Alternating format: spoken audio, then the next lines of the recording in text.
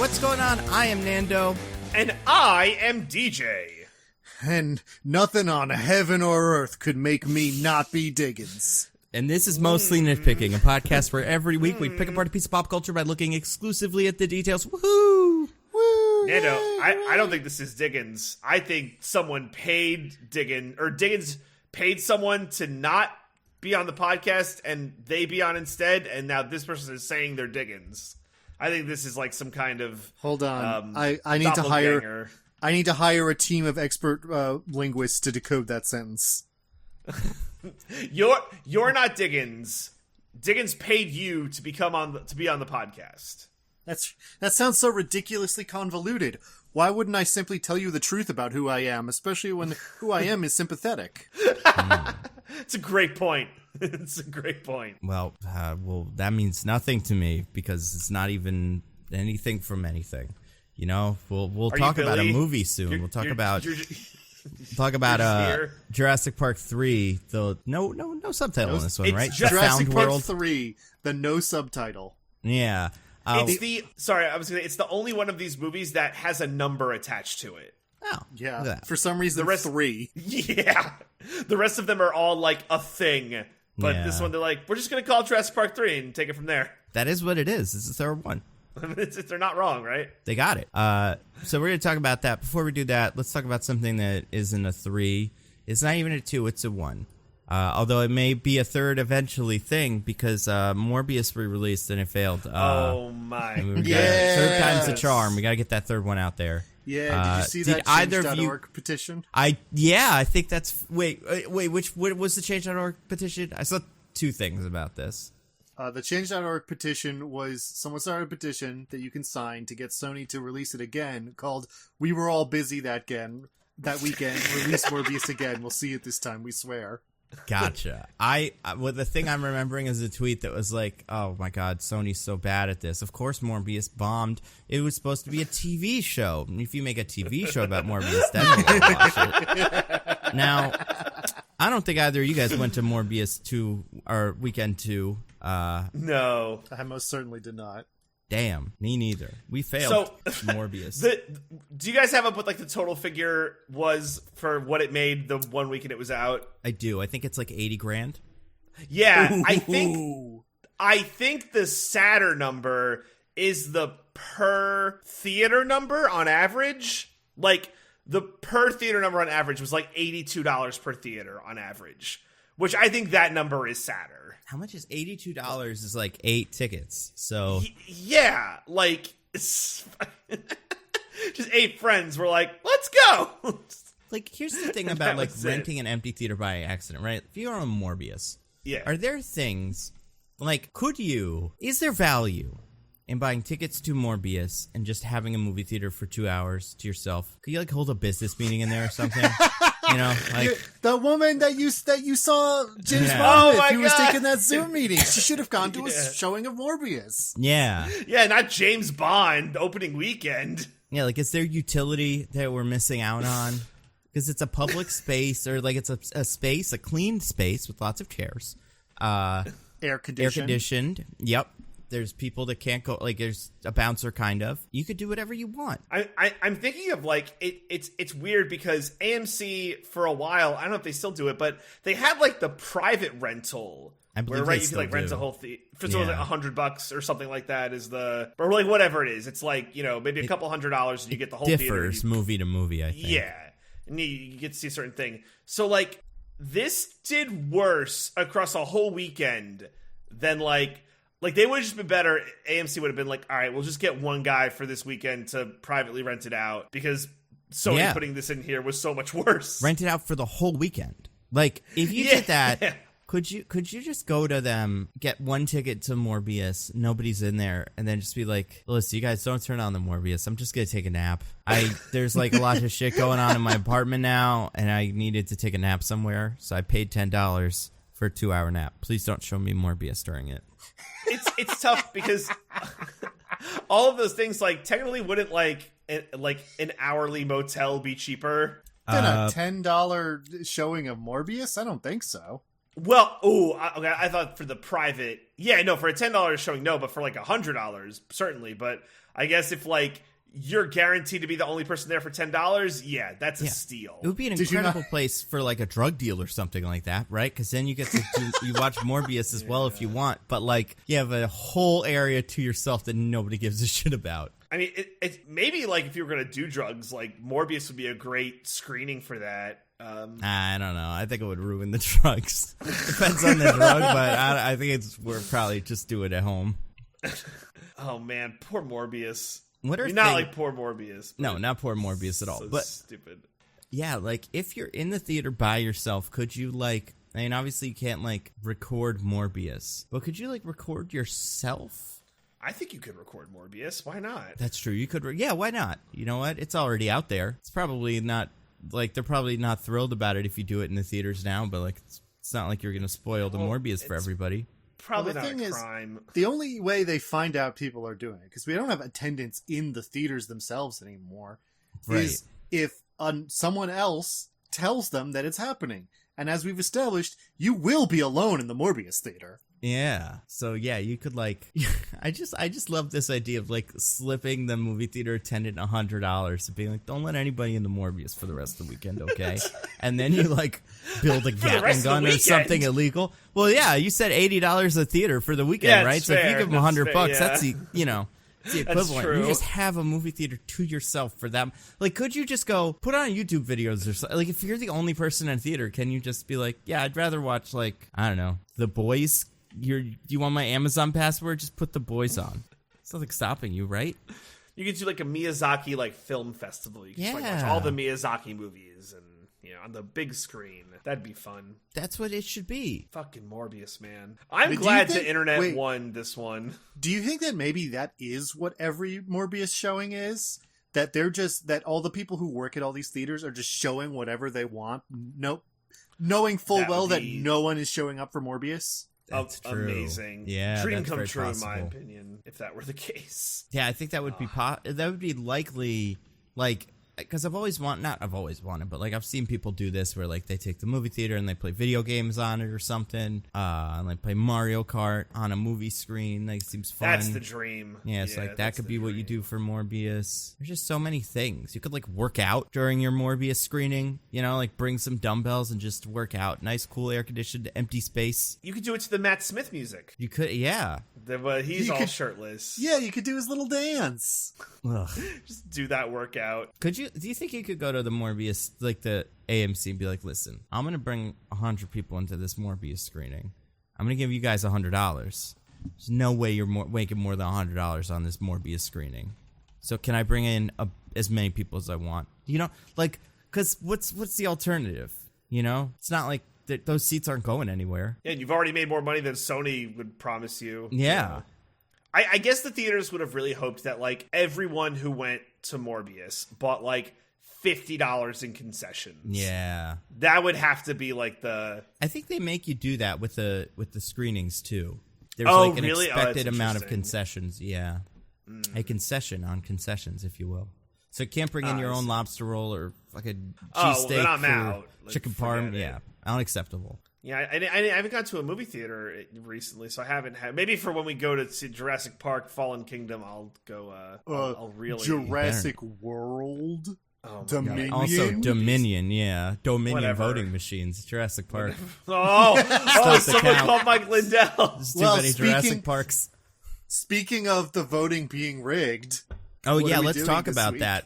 Yeah, what are we doing this week? Who had the voting? Yeah. DJ, I think you said you had it up. Yeah. Okay, so we put out a poll. Basically, we put up all of the Jurassic Park / World movies that we hadn't done, which were basically Jurassic Park, whatever the second one is called, like Lost World. Right. Lost World Jurassic Park, which is a weird title. It's not Jurassic Park Lost World. It's The Lost World Jurassic Park. Jurassic Park 3, and then Jurassic World. So you all voted. You all voted Jurassic World, which came in at an awesome 37.3%, followed by Jurassic Park, 25.9, Jurassic Park 3, 20.4, and The Lost World, 16.4. Now, why are we doing Jurassic Park 3? Because that's not what won. Because we tricked you. We're liars. We're a bunch of liars. You thought you could trust us because the last few polls turned out your way? Nah, wild cards. Yeah, basically. And because we're raptors, we're crafty like raptors. They're so tricky, and we tricked you like how raptors trick you. But so I read one compelling tweet that I shared with the boys here, and we were in agreement to Jurassic Park 3. So hear this out. This comes from Horde Zuko on Twitter. I need to give an explanation for why it should be Jurassic Park 3. World's coming out in the tens mean its problems are very well-trodden ground. And while it would be fun to hear while it would be fun to hear you talk about them, 3 is such a weird movie that people don't really appreciate for how weird it is. And I was compelled by that, so I asked the guys, should we just do Jurassic Park 3 regardless of the results? And that's what we're doing. So, hooray. Yeah, I think that's a fair assessment, too. Like, obviously, Jurassic Park 1, perfect movie, no complaints. Also, it's one of those movies where the characters nitpick the movie in the movie because it's like, why would you make a dinosaur park? Why would you do this? So, because it's good, because it's a movie that, like, they thought through and stuff, and it's just written by smart people. So then, Jurassic World, I do think, has been picked apart to death. Like, we all kind of know what the problems with the original one were.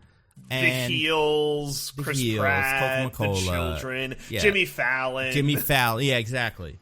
So that then one it was girl really who gets it super hard for no reason. Yep. So then it was all a question of Jurassic Park 2 or Jurassic Park 3. And personally, I think Jurassic Park 2 is probably the better movie.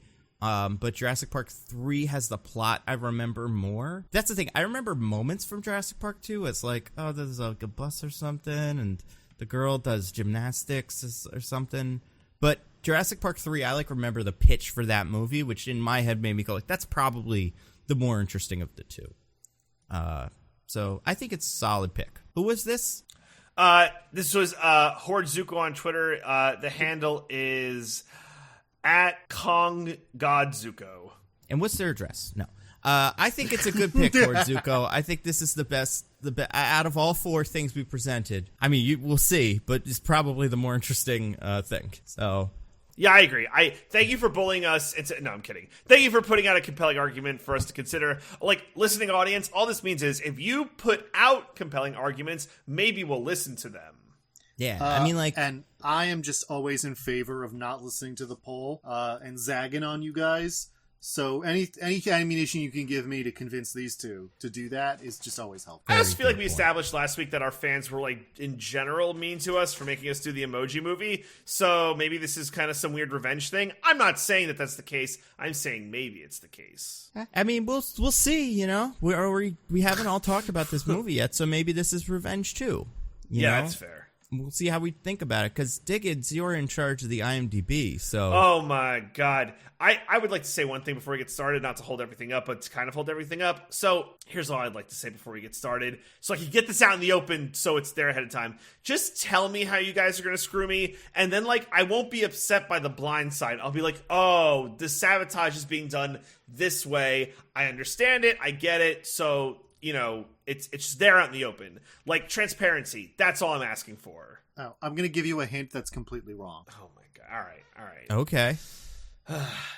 Now, I'm worried. As established, this is our game, IMDb, B as in spelling bee, in which we take the IMDb summary, and my 2 esteemed co-hosts here have to guess what it is. Now, where do these IMDb summaries come from? Well, you see...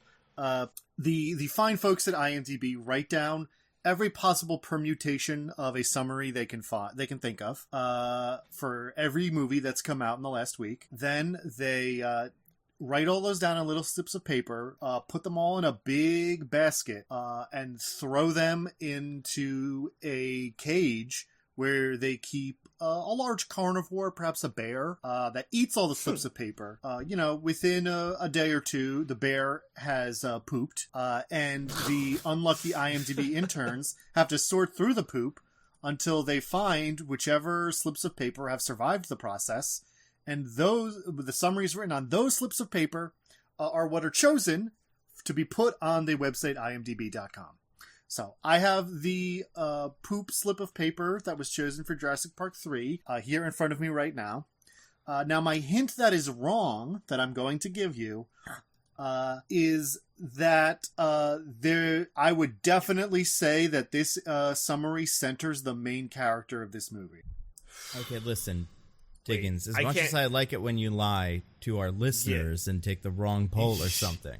Yeah. This will not stand. This insurrection, as far as I'm concerned, it's a Jurassic World Dominions right here. And you lying to us to find podcast hosts. Do whatever you will to the listeners. DJ, you get to decide who goes first or second. Yeah, that's true, because you lost last week. As we established. I still can't figure out if Diggins is lying or not. And I would sure like to know if Diggins is lying or not. I feel like I've been very straightforward. You're a monster. All right. I want Nando to go first. That being said. This is tricky. Isn't it, though? Assuming Diggins' thing is... Assuming the way Diggins... The logic of what he put together... assuming that follows... This is the IMDb summary. I think that deserves... I don't remember their names, so I don't care. But it's going to be Mr. and Mrs. Kirby journey to Jurassic Park to rescue their son. That's all I got. All right. Damn. Okay. I'll take a slightly different approach. I can't wait to see your approach. I'll kill you. Mr. Kirby, a questionable businessman, recruits Dr. Grant. Recruits a reluctant Dr. Grant to go on a journey to the Isla... what was it called? Isla Oro to find... See, I don't think they're going to give the kid thing away. For a mysterious mission. Let's end there. Interesting. Oh my god. Now, DJ, I love that you called it the Isle of Gold. Yeah, it's Isla Sorna and Isla Norda, right? Those are the two, because it's like the north and south. Isla Sorna and Isla Nubar. Nubar, right. Nublar, sorry. Yeah, not north and south. Sorna is actually sarcasm in Spanish, so I don't know what that's about. Oh, it's a good, nice sarcastic little island. island. It has fun. Yeah. Doesn't take itself too seriously. Nublar is cloud, or, Nubla. So it's... That makes island which of one, clouds or whatever. Yeah, which one were we in? We were in this Isla movie? Sorna, the sarcastic one. Now, I was going to say there were a lot of clouds in this movie, but that makes... they should change the names of those islands. Because they make the point that Dr. Grant had never been there before, because he had been to Nublar, which that's like OG Jurassic Park, I guess. That's right. where the first movie is. Yeah. The second and third movies are on Sorna. And then I think there's a new island for the world movies. Who gives a shit? Yeah, I want to say one of them they go back to in the Fallen Kingdom. They go back to one of these two, but no, you know what? It has to be the first one, right? Because they go to it and there's all the shit from the first movie in Jurassic World, right? There's like the van. Yeah, the kids jumpstart the car because they're amazing. I guess. I don't know. Anyway, we're getting off track here. What is important here is that because of my reverse psychology, unfortunately, DJ has won. What? Yes! Let's go, baby! What did you say? Or what was the real one? Neither of you did super well, but DJ hit a couple of points, and you didn't really hit much of anything, Nando. Let's effing go! Wow, this is bullshit. I know how DJ feels right now. No. Yeah. DJ, no. I want your nonsense double or nothing deal that doesn't make any sense. And 5 weeks? Was it 5 weeks that I lost in a row or something like that? Listen, oh my god. I just want to take this opportunity to apologize to our listeners and to Nando. I don't know how this happened. I don't know how I let DJ win. It was not my intention. Here's how long it's been. Dominion. Here's how long it's been. It's been so long that I have never had the opportunity to do the fun little bit about where the IMDb summary comes from. Like, that's how long it's been. I can't wait to hear yours next week. I'm so excited. I'm elated beyond belief. So wait, anyway, what was it? What's the real one? Yeah. The actual summary, as came out of the bear's butthole, is a decidedly odd couple with ulterior motives convince Dr. Grant to go to Isla Sorna for a holiday, but their unexpected landing startles the island's new inhabitants. Oh, jeez. Yeah, that's so terrible. weird. Yeah, Also, it starts out with like, okay, weird framing, but not wrong, and then just veers off into total nonsense. Also, Diggins, it wasn't purely reverse psychology because it's not centered around Dr. Grant. Yeah, no, Like- I mean, like I said, I felt like it was being very straightforward. I said my hint would be a lie, and then I said it is centered on Dr. Grant. Yeah. Yeah, listen, whatever. DJ, enjoy your victory. Yeah, I so much you can't even believe to be it. clear, DJ got that the couple is convincing Dr. Grant that they're going to this isla, even though he said gold for some reason. I love it. And that's not a lot, but it's more than Nando got, so I went with him. Yeah, we love it. I wish if I had gone second, I think DJ would have. Well, that's the all point. up. That's I know, like the yeah. advantage, right? Pretty much. So DJ is the winner of the IMDb BS Oh and my Spelling Bee gosh. for the first time in mostly nitpicking history. Honestly, yeah. You get to tell us how you felt about this movie first. What an honor. Oh man, what a pleasure this is. So, okay, this is a movie and it's quite bad, but I think what's like at least I don't know if redeeming is the right word, but at least fun about this movie is that it's like fun. It's bad in a fun way where like at some points there's just a woman like screaming on the screen for 50 seconds.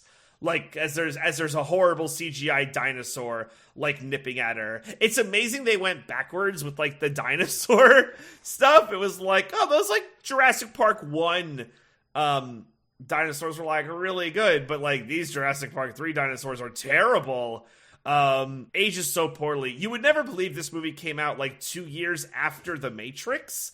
Like it just looks it looks like a movie out of time. It's got like weird references in it that like I don't know what the movie thought it was, but like at one point like the dude busts out basically like a 3D printer to like make some like fake dinosaur fossils, and at one point the couple trying to allude to how rich they are like, yes, we're going to be going on a commercial trip to the moon. And it's like, bro, what year is it? Like, what do you think do you know what Elon Musk is going to do in 20 years? So it's super bizarre. I didn't like enjoy it, but I didn't hate it because at least I was like kept entertained. I will say like the beginning part's like way better than the back half. So like spoiler alerts for Jurassic Park 3, but once they find the kid, it gets kind of boring. I much preferred like the beginning parts of this movie to the latter half. But yeah, overall it's like a 4 out of 10. It's so weird. The Zuko was right. It's such like if I may, a deliciously weird movie. So yeah, it's definitely going to be fun to talk about. But those are my thoughts. Nando, I pass it to you. Yeah, I mean, listen, Jurassic Park movies, there's one good one and a bunch of bad ones. Most of the bad, like, they're different levels of bad. Yes, I've been saying this. Yeah. They're all bad. Like, this one, the second one gets over on, like, and this one, too, is just, like, remember these guys you like. Here's more of them. And it's not just, like, remember them. It's, like, here, we're going to do another one with him. And they're fun characters, so, like, it works in that sense, whereas the new ones have no characters and they're bad. So, like, that part of them makes these originals immediately better in every way. And that's why, like, I couldn't give less of a shit about this new one, even though it has the new guys in it, or the old guys in it, is because it still has those blocks of wood. But either way, I think this movie, listen, I saw this movie in theaters. I remember seeing it. It's probably the first Jurassic Park movie I saw in theaters. I remember way more from this movie than I thought I did. And I don't think this movie is good. But, like, I don't hate it. I think it's okay. Like, I have fun with it. I think the Jurassic Parkness of it is fine. It's, I don't know. It's stupid. It's very stupid. I think the crew is bad. And I think that you could have a little bit more fun with a more interesting group. But as far as like the little set pieces and stuff, I had a pretty good time with it. And it's probably my second favorite one of these. Yeah, fair. Yeah. We'll get to why and like the specifics, but I mean the why is just I like Alan Grant, and I think the Kirby's are so preposterous that it's kind of fun to watch them just like do this. But Yeah, but how many people do gymnastics to kick a raptor in the chest in this one? Oh my god. Into Little Pike. Like, that one, that is, before the Jurassic World movies, the only on-screen dinosaur kill in any of these is when the girl kicks the raptor. So, that is fun.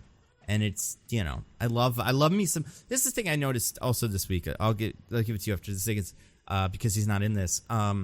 Dr. Ian Malcolm, played by Jeff Goldblum, is fun in these because he's fun, because he's Jeff Goldblum. But that's the thing. Like, even seeing him in this, it's like, he is a more boring version of real Jeff Goldblum. Like, real Jeff Goldblum, like, dresses like a maniac. He can't sit still. He makes, like, gurring sounds and shit. And then you have, like, this guy. Like, usually it's the opposite. It's like Chris Pratt's kind of boring in real life, and then he's the Star-Lord, and it's a little sillier. But with this, they make, like, one of the most interesting actors boring. And it's, I don't know, it's just something I've only realized recently. Yeah, Dickens, what do you think of this movie? I pretty much agree with you guys. I mean, it's not a good movie, but the Jurassic World movies make me mad, and this movie doesn't make me mad. It's just... Yeah, that's fair. It's just, like, not that good. But, I don't know, some of it is so preposterous that it makes me laugh. I also had that experience, Nando, of... I watched all three of these Jurassic Park movies a lot as a kid, and I remembered a lot more of this one than I thought I would. That cell phone noise is burned into my brain forever. I had like a full body flashback when I heard it. And I do think that meme of the raptor saying Alan is like the only thing, maybe not the only meme that's made it, the only thing that's made it out of one of these non-Jurassic Park 1 movies to like sit in pop culture and really become something people remember. So, like, I think that's kind of a sign of, like, they had some weird things in this, and that was a weird thing, and I appreciate it for that. So, yeah, it's, like, it's not good. I don't quite agree with you, Nando, in that I do think the second one is better than this one, but it's still not good. There's only been one good Jurassic Park movie ever, and this franchise has been on a direct downwards trend into the toilet since then. Absolutely. Yeah. It's a shame. So here's a question about the franchise in general, right? People enjoy these new ones, clearly, because they make money overseas a lot, but like also in America probably. And I've seen a lot of people come out of this new one super negative, but I've also seen a lot of people come out of it super positive. I want to be like, stop making these. Don't make these anymore. It's a waste of time. Like... Is there a good reason? Like, part of me is like, who cares? But also the other part of me is like, they could do more interesting things than this, I guess, with this money. But they never would, because Universal's not particularly, like, creative in that way. So, I don't know. Should I be mad that they keep making Jurassic Park movies that are bad? Well, so my take on it is, I feel like there's a level of that Universal wants to keep this IP going forever, is that it has to be fuel for the Universal fire. Like, I don't know, could they keep making new Jurassic Park rides in the Universal theme parks if the last of these movies was made in 2001? Yeah. That's kind of like my thought on it. I mean... I don't think the new ones have any... I mean, I haven't gone on the new ones, but I can't imagine you watch Jimmy Fallon in those and, like, anything. Like, you can't go in that boring circle that from the Jurassic World, right? Like, I'm sure you still get in a boat from this one or, like, a little car from this one and drive around a place that's pretty much this place. Dude, the Jurassic World ride is, like, awesome. Well, there's two. There's the Velocicoaster, which I haven't done, but apparently the Velocicoaster is the best ride at Universal. And then the water ride for Jurassic Park is awesome. Like, so apparently from a ride perspective, like, it's, like, their biggest rides. So, I don't know. What's the Velocicoaster? What about those Harry Potter ones that have, like, a 3-hour wait? Yeah, those because are they break big. down But, like, all the time. From my understanding, and I could be way wrong, but I think the Velocicoaster, because it also like just came out within, I don't know, like maybe a year-ish. Like it's like the biggest one right now. Is it just like a roller coaster? That's a good roller coaster, or like yeah. So apparently, why it's like really good is that it's a roller coaster where. Like, I'm going to describe this so crappily, but it's not like a harness that comes over, like, both of your shoulders. It's like a bar that's a big U, and it locks your thighs into the seat. Oh, hello. So you're just, like, waving around like a wacky, waving, inflatable arm flailing tube man while you're on the ride. Oh, okay. And apparently it's awesome. Like, but, it goes, it, like... zero G for a bit, and yeah, apparently it's awesome. But the Jurassic Parkiness of it doesn't matter that much. There's like sorry, you finish. That was. I was just gonna say there's a raptor chasing you, right? That's the whole thing, right? Yeah. But what do you like? Look behind you every so often and go, he's still there. Right. Oh, he just did a loop too. Shit. It's the ringtone from Jurassic Park 3. They play it every once in a while. Like, Like, I feel like after, like, 2 giant loops, it's like, I think we lost him. I don't think that Velociraptor, unless he's on a roller coaster slightly behind us, I don't think Well, that's the thing. This. The Jurassic Park Velociraptors are so intelligent that they actually create their own roller coaster to chase you. Oh, shit. They are pretty smart. What were you going to say, Diggins? That sounds like Universal gathered a bunch of engineers in a room, and a studio executive walked in and like slammed a bunch of papers on the desk and was like, all right, nobody eats, drinks, or sleeps until you design a ride that Christopher Diggins thinks sounds like the worst, most horrifying thing in the entire world.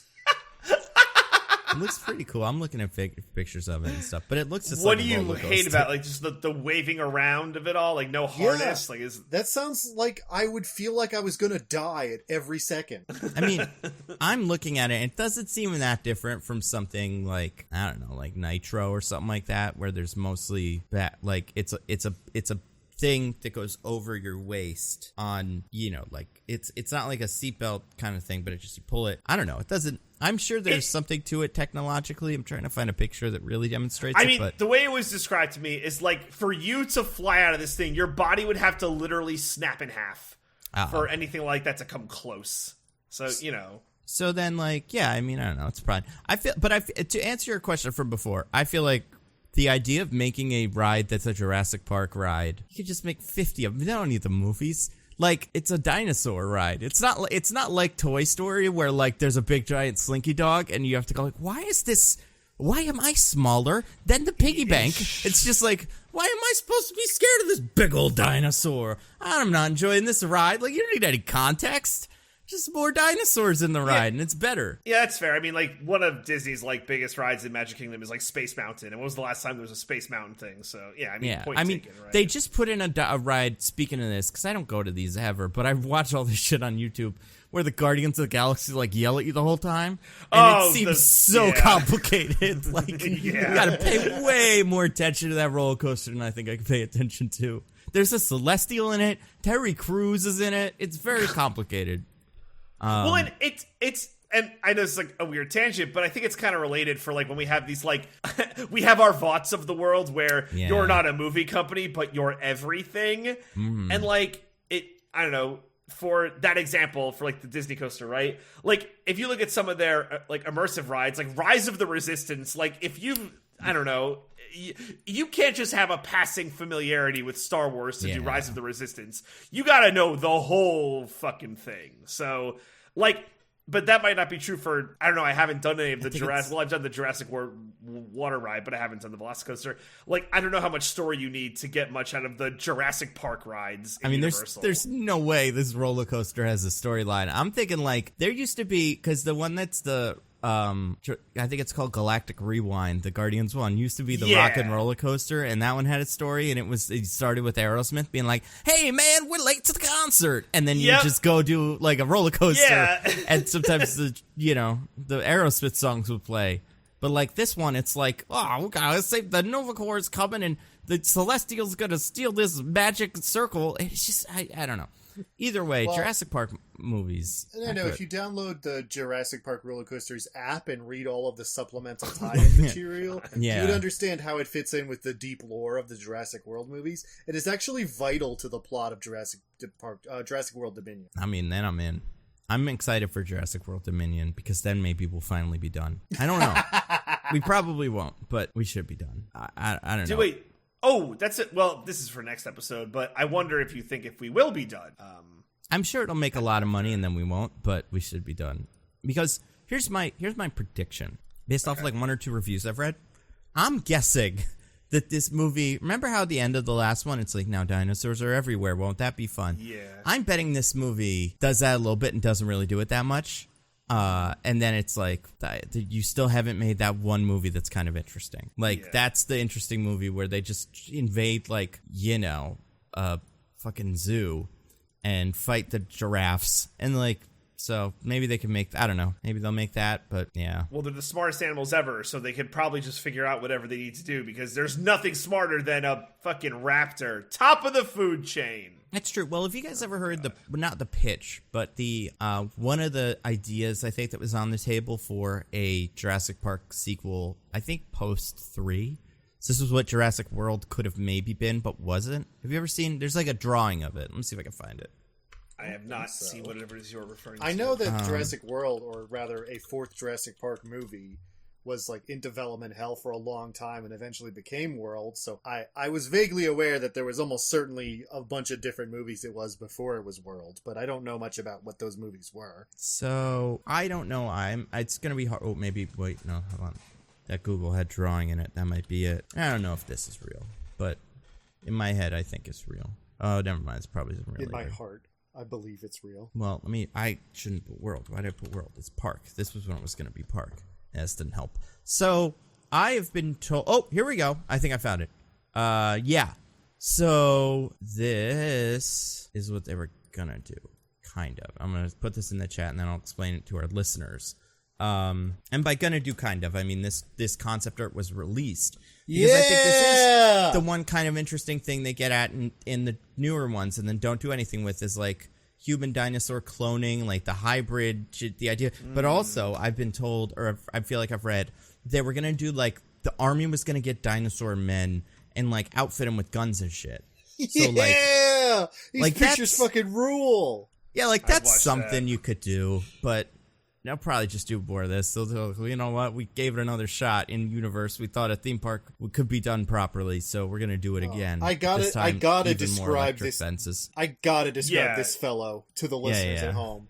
This guy in the second picture, who's a little dinosaur man, like Nando's describing. But the way that it comes out is that he's like a skeletal human, like someone who's been starved. Their ribs are showing. With his left arm ends in big, weird, fucked up claws. He's got kind of like dinosaur spikes or the beginnings of dinosaur dreads coming out of the back of his head, and like a proto snout in his mouth, where it's like his mouth's not really much longer than a human's, but it has the suggestion of a snout. And then his right arm has been like cut off and replaced by what seems to be just a metal canister. I assume it's supposed to be a gun. I think it's a gun, yeah. It certainly does not look like one. This guy looks awesome. Yeah, like this is obviously a pitch for these. I'm going to put one more image in the chat that I actually realized I haven't put yet. But the one on the bottom right is this guy who's like very normal looking, not like very normal looking, but compared to these other guys, like a man with dinosaur features. So like, you know, you could do like a human dinosaur soldier, because that was what they say in Jurassic World, and everybody, you know, you can't help but roll your eyes when they're like, but really, what if, you know, we could use these guys at Bora Bora, I think is one of the lines. Like, oh, imagine if we have velociraptors. And that's stupid, but if you could do bullshit like this, it would be a little bit more like, I mean, that would be pretty scary, and that would be pretty cool. But anyway, that's Jurassic Park, whatever, Imaginary 4, or like the alternate universe 4. On the good timeline. Cowards. Yeah. But we got to talk about Jurassic Park 3, and to do that, I didn't invent this wheel. The Raptors did, because they're so smart. They gave me a wheel with 10 things on it for us to talk about. So I'm going to spin the wheel, and we will see where we land. Almost number 1. Oh, it's 1. Nice. All right, thank God, because Ted would have been a bad place to start. Number 1, this is one of mine. This is a question I had in the very beginning of the movie, and it's just that Family Guy kind of meme, or not like meme, but that quote when he gets like stem cells and gets healed forever. It's just like, how are we not funding this? I think it's crazy in this movie that dinosaurs are still not something people fund. Like, it's still something that Dr. Alan Grant has to schlep into like some stupid, you know, like bunch of nerds in a little performance and like talk to them and answer questions. Where's the money for dinosaurs in this universe? Jeb Bush say please clap. Yeah, like if dinosaurs were real, even a little bit, this would be the easiest thing to sell. If dinosaurs weren't a fake plot cooked up by the devil to convince us that the world isn't just 5,000 years old, then people would be falling all over themselves to fund dinosaur research. Right? No, but seriously. Is that true? I actually want to take the zag on this one. I feel like there's no value add. Like, I feel like the reason Dr. Grant's, like, seminars and snooze fest is because people are like, why? Like, why do you want us to fund dinosaurs? See, I think it would be the kind of thing where just money would be exciting. It would get people's attention, and then they would pay for it. Like, it wouldn't be, like, actual useful things, but it just feels like the kind of thing that, like, senators would get on board with and be like, we're going to make, we're going to get that going. See, though, I think I got to agree with DJ here, actually, and I think the movie even posits this, where, like, yeah, there'd be a lot of money for dinosaur research if the research you were doing was cloning dinosaurs. He wants to keep doing regular old paleontology, where he digs up dinosaur bones and speculates wildly based on what he can determine from the fossil record. And I feel like there's got to be tons of people like that one guy at the Q&A who were like, who gives a shit? There's real dinosaurs now. Go study those. That's a good point. Yeah, it's tough because when he's doing his thing, when he's doing his little speech, and I remember this. Like, I remember this from one of the movies. Couldn't remember if it was this one. He gives a speech, and everybody's, like, bored, even though he's a man who knows dinosaurs. Like, personally, he's hung out with them before. But he like, gives this, and I assume there are people who are at least kind of interested in dinosaurs. He's written 2 books, apparently, one pre-island, but one post-island. So, like, one that's, like, about the island, I assume. But he goes to this thing where he's trying to raise money and, like, be a guy, like, be like a person that they go like, well, let's give that guy some money. And they're like, any questions? And he's like, not about Jurassic Park. Fuck you, dude. Answer questions about Jurassic Park. It's what they want. That's how you get this money, dude. Like, Dr. Grant's kind of stuck up in this. I don't like it. Play the game, buddy. To be fair, it is being like, all right, now that I've given the talk about my important life's work, who wants to talk about that one time I was almost killed by a bunch of wild animals? Yeah, it might be a trauma for him that he just hates digging up. I mean, it's been made so clear he hates living dinosaurs. Only these dead dinosaurs, please. Yeah, I guess it's 50-50. On one hand, it seems like he is traumatized by it, but on the other hand, it seems like he's just, like, bored by the idea of Jurassic Park, and, like, I don't know, the way he acts in this movie kind of feels like just a chore for him. Like, oh, Jurassic Park, that's no fun. But I don't know.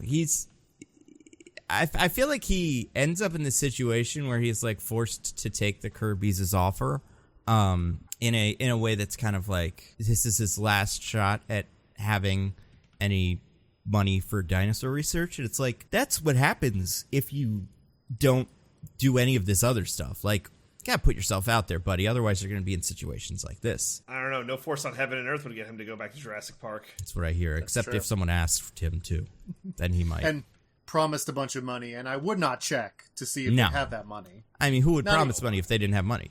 Right, yeah. I would not do even a cursory amount of research into anyone who promised me money. That'd be insane. They didn't have Google back then, right? So there's no... It was like, what, 2001? There was at least Ask Jeeves. Yeah. There was... I mean, I'm sure you could be like... I'm sure you could do a background check on them. You'd be like... Or like, just like be like, all right, so prove it. Prove you... I see you have a business card. That is a great first step. Can you show me anything else? Any other... people that work for you? Like, usually when people do this shit, it's at a fancy restaurant. We're shoved in a booth. We're getting beers like at a next to like a pool table. I don't know, man. I'm not buying it. I totally had that thought too, where it was like, I mean, I remembered this movie from when, so spoilers for Jurassic Park 3. I remember this movie, watching this movie as a kid, and I knew they weren't rich. But even still, like when he says, we're going to take you out to a nice dinner where we can talk about our proposal. And then they cut to, some trashy bar. I was like, yeah, how is this supposed to convince him? And then it does somehow. But if I was him, I would be like, wow, these rich people who want me to do a favor for them are trying to, wine and dine me. And they're doing it in this trashy place. Fuck them, I guess. He's asking for it is basically all I'm saying. He's, this is all on him. I spun the wheel again, you guys. It landed on number 9 here. So this is a little bit further into the movie, pretty much the end. But this is a question about the end of the movie, but it's still more Kirby stuff. We'll get to exactly why what they did and what their whole plan was. But at the end of the movie, they survive. Their son survives. Everybody's cool. Yep. It's like a happy ending. Mm-hmm. They're going to Guantanamo Bay or some shit, right? The Kirbys don't go home. I don't think. They had to bring rocket launchers and shit, the things that you used to storm Normandy. Like, this is a big deal, and it's 100% their fault. Yeah, so can we talk about this? Because this is kind of wild. So it gets to a point where Dr. Grant is able to satellite phone to Ellie. Laura Dern, Dr. who looks Sattler. great, by the way. Looks fantastic. Always looked great because she's like a full 20 years younger than him, which blows my mind and makes me angry every time I think about it. But apparently when they shot the original one of these, she was 22. Yeah. It's like, crazy, man. Well, that should be illegal. People shouldn't be able to be that much younger than me, and I think they're older than me. And they're not younger than me in real life. But it's like, that's not what a 22-year-old looks the like. eternally frozen 22-year-old version of yourself that exists in Jurassic Park seems older than me. Exactly. Yeah. Like she was, and it's tough because he's older. Sam Neill is much older, and also their roles in that movie are surrogate mommy and surrogate daddy for these two little kids, and like that's like, you know, so like the movie kind of makes you think maybe I could see why the movie tricked me in that way, but yeah, she is probably like what, maybe as an adult like 30 when they filmed this movie. So yeah, look good. Yeah. Looking way better than him, but Oh yeah. he's an old man, so that's what you get. So he phones her. Yep. And basically, I guess, gets the message across like, help, a Jurassic Park scenario has occurred. Yeah. I know you're not sure where I am, but, you know, fucking find me. So, yeah, to your point, Nando, they, as was the kid? Kevin? Is Kevin the kid's name? Sure. It's not Billy. Billy's the assistant. Whatever the kid's name is. Eric. Eric? I don't know. Eric. He goes, they got the Navy and the Marines to help us out. And they come and they storm the beaches of Normandy, and they do fucking nothing. And they're like ready to go. They're packing serious heat. They're like a modern day police force. They're ready to go. But like nothing comes of this. Well, DJ, despite- doing nothing, like a neutral presence, is the best we can hope for from the American military. Well, but the other part of this is tricky is the islands themselves are in Costa Rica, I believe. That is canonically where they are. And even though they are probably privately owned by the InGen Corporation or whoever owns them in this movies, because I want to say like in 2, InGen stops existing and then another company comes in or some shit like that. But it doesn't matter. But this is like also an international incident now. If the American government just showed up on this island to rescue these 4 idiots, five I guess, man. if you count. The American military has never shown up unannounced and unwanted to a Central American country. Yeah, never.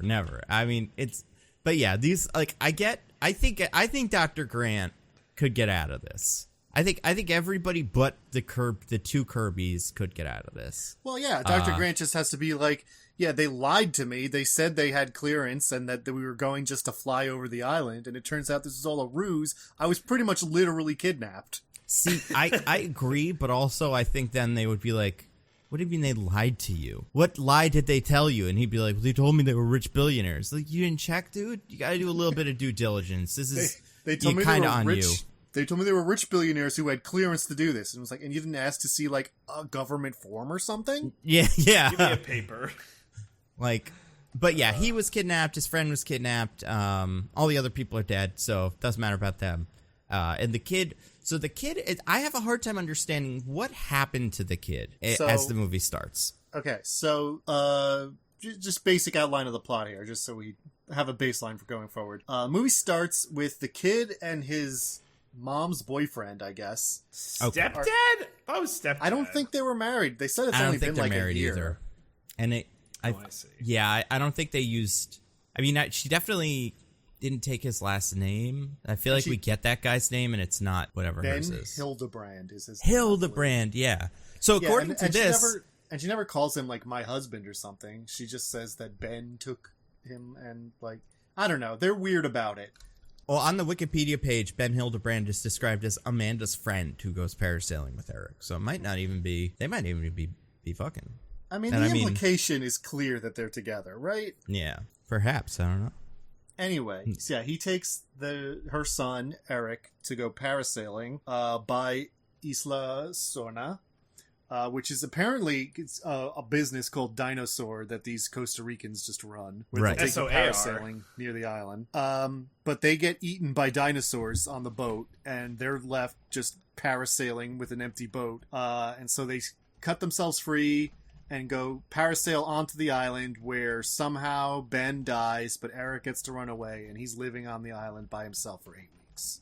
Yes. I have a questionable nitpick about this, by the way. Uh-huh. What is it? So, they said it's been 8 weeks since this happened. It's First been of all, 8 weeks? Anyway, go on. First of all, way to go, parents. Way to get right on it. Good job, parents of the year.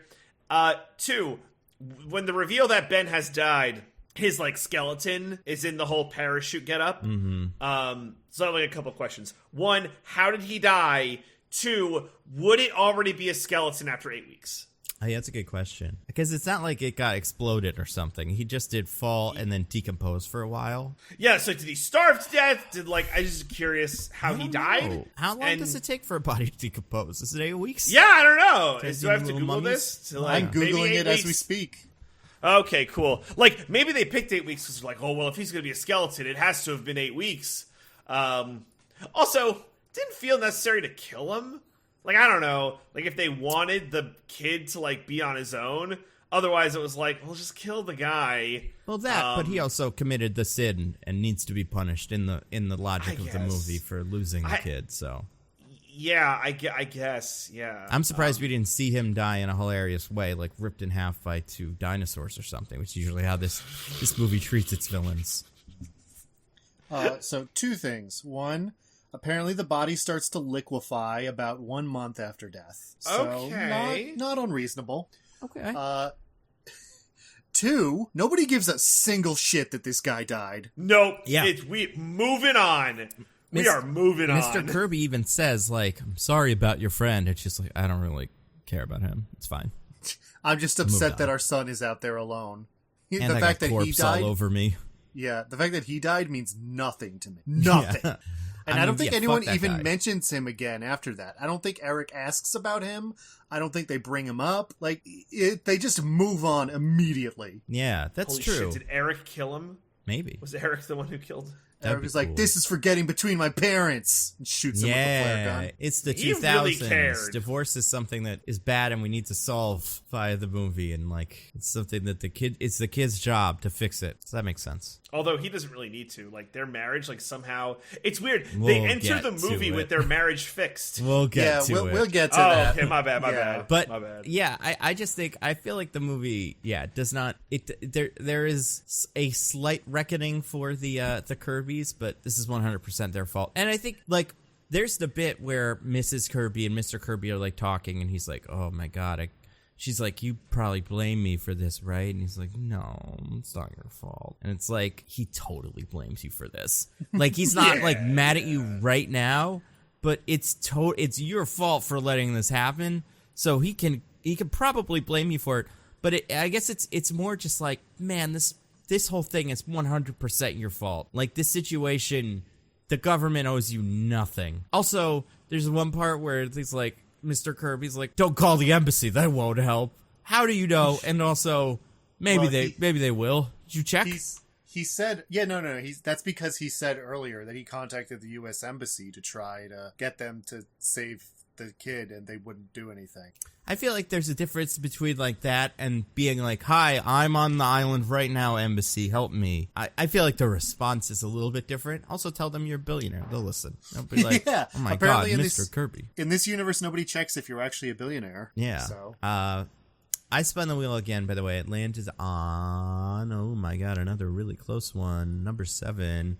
That is, this is one of your guys's. I don't remember who. This is putting the Spinosaurus over. Let's talk about that. Let's talk about Spinosaurus. Love this. This movie's invented dinosaur? Or was this a real dinosaur? I don't know. So, a Spinosaurus is a real dinosaur. I would not say it's terribly similar to anything we see in this movie, but it does exist. The, scientific name that Dr. Grant gives at one point is a real name of a real dinosaur.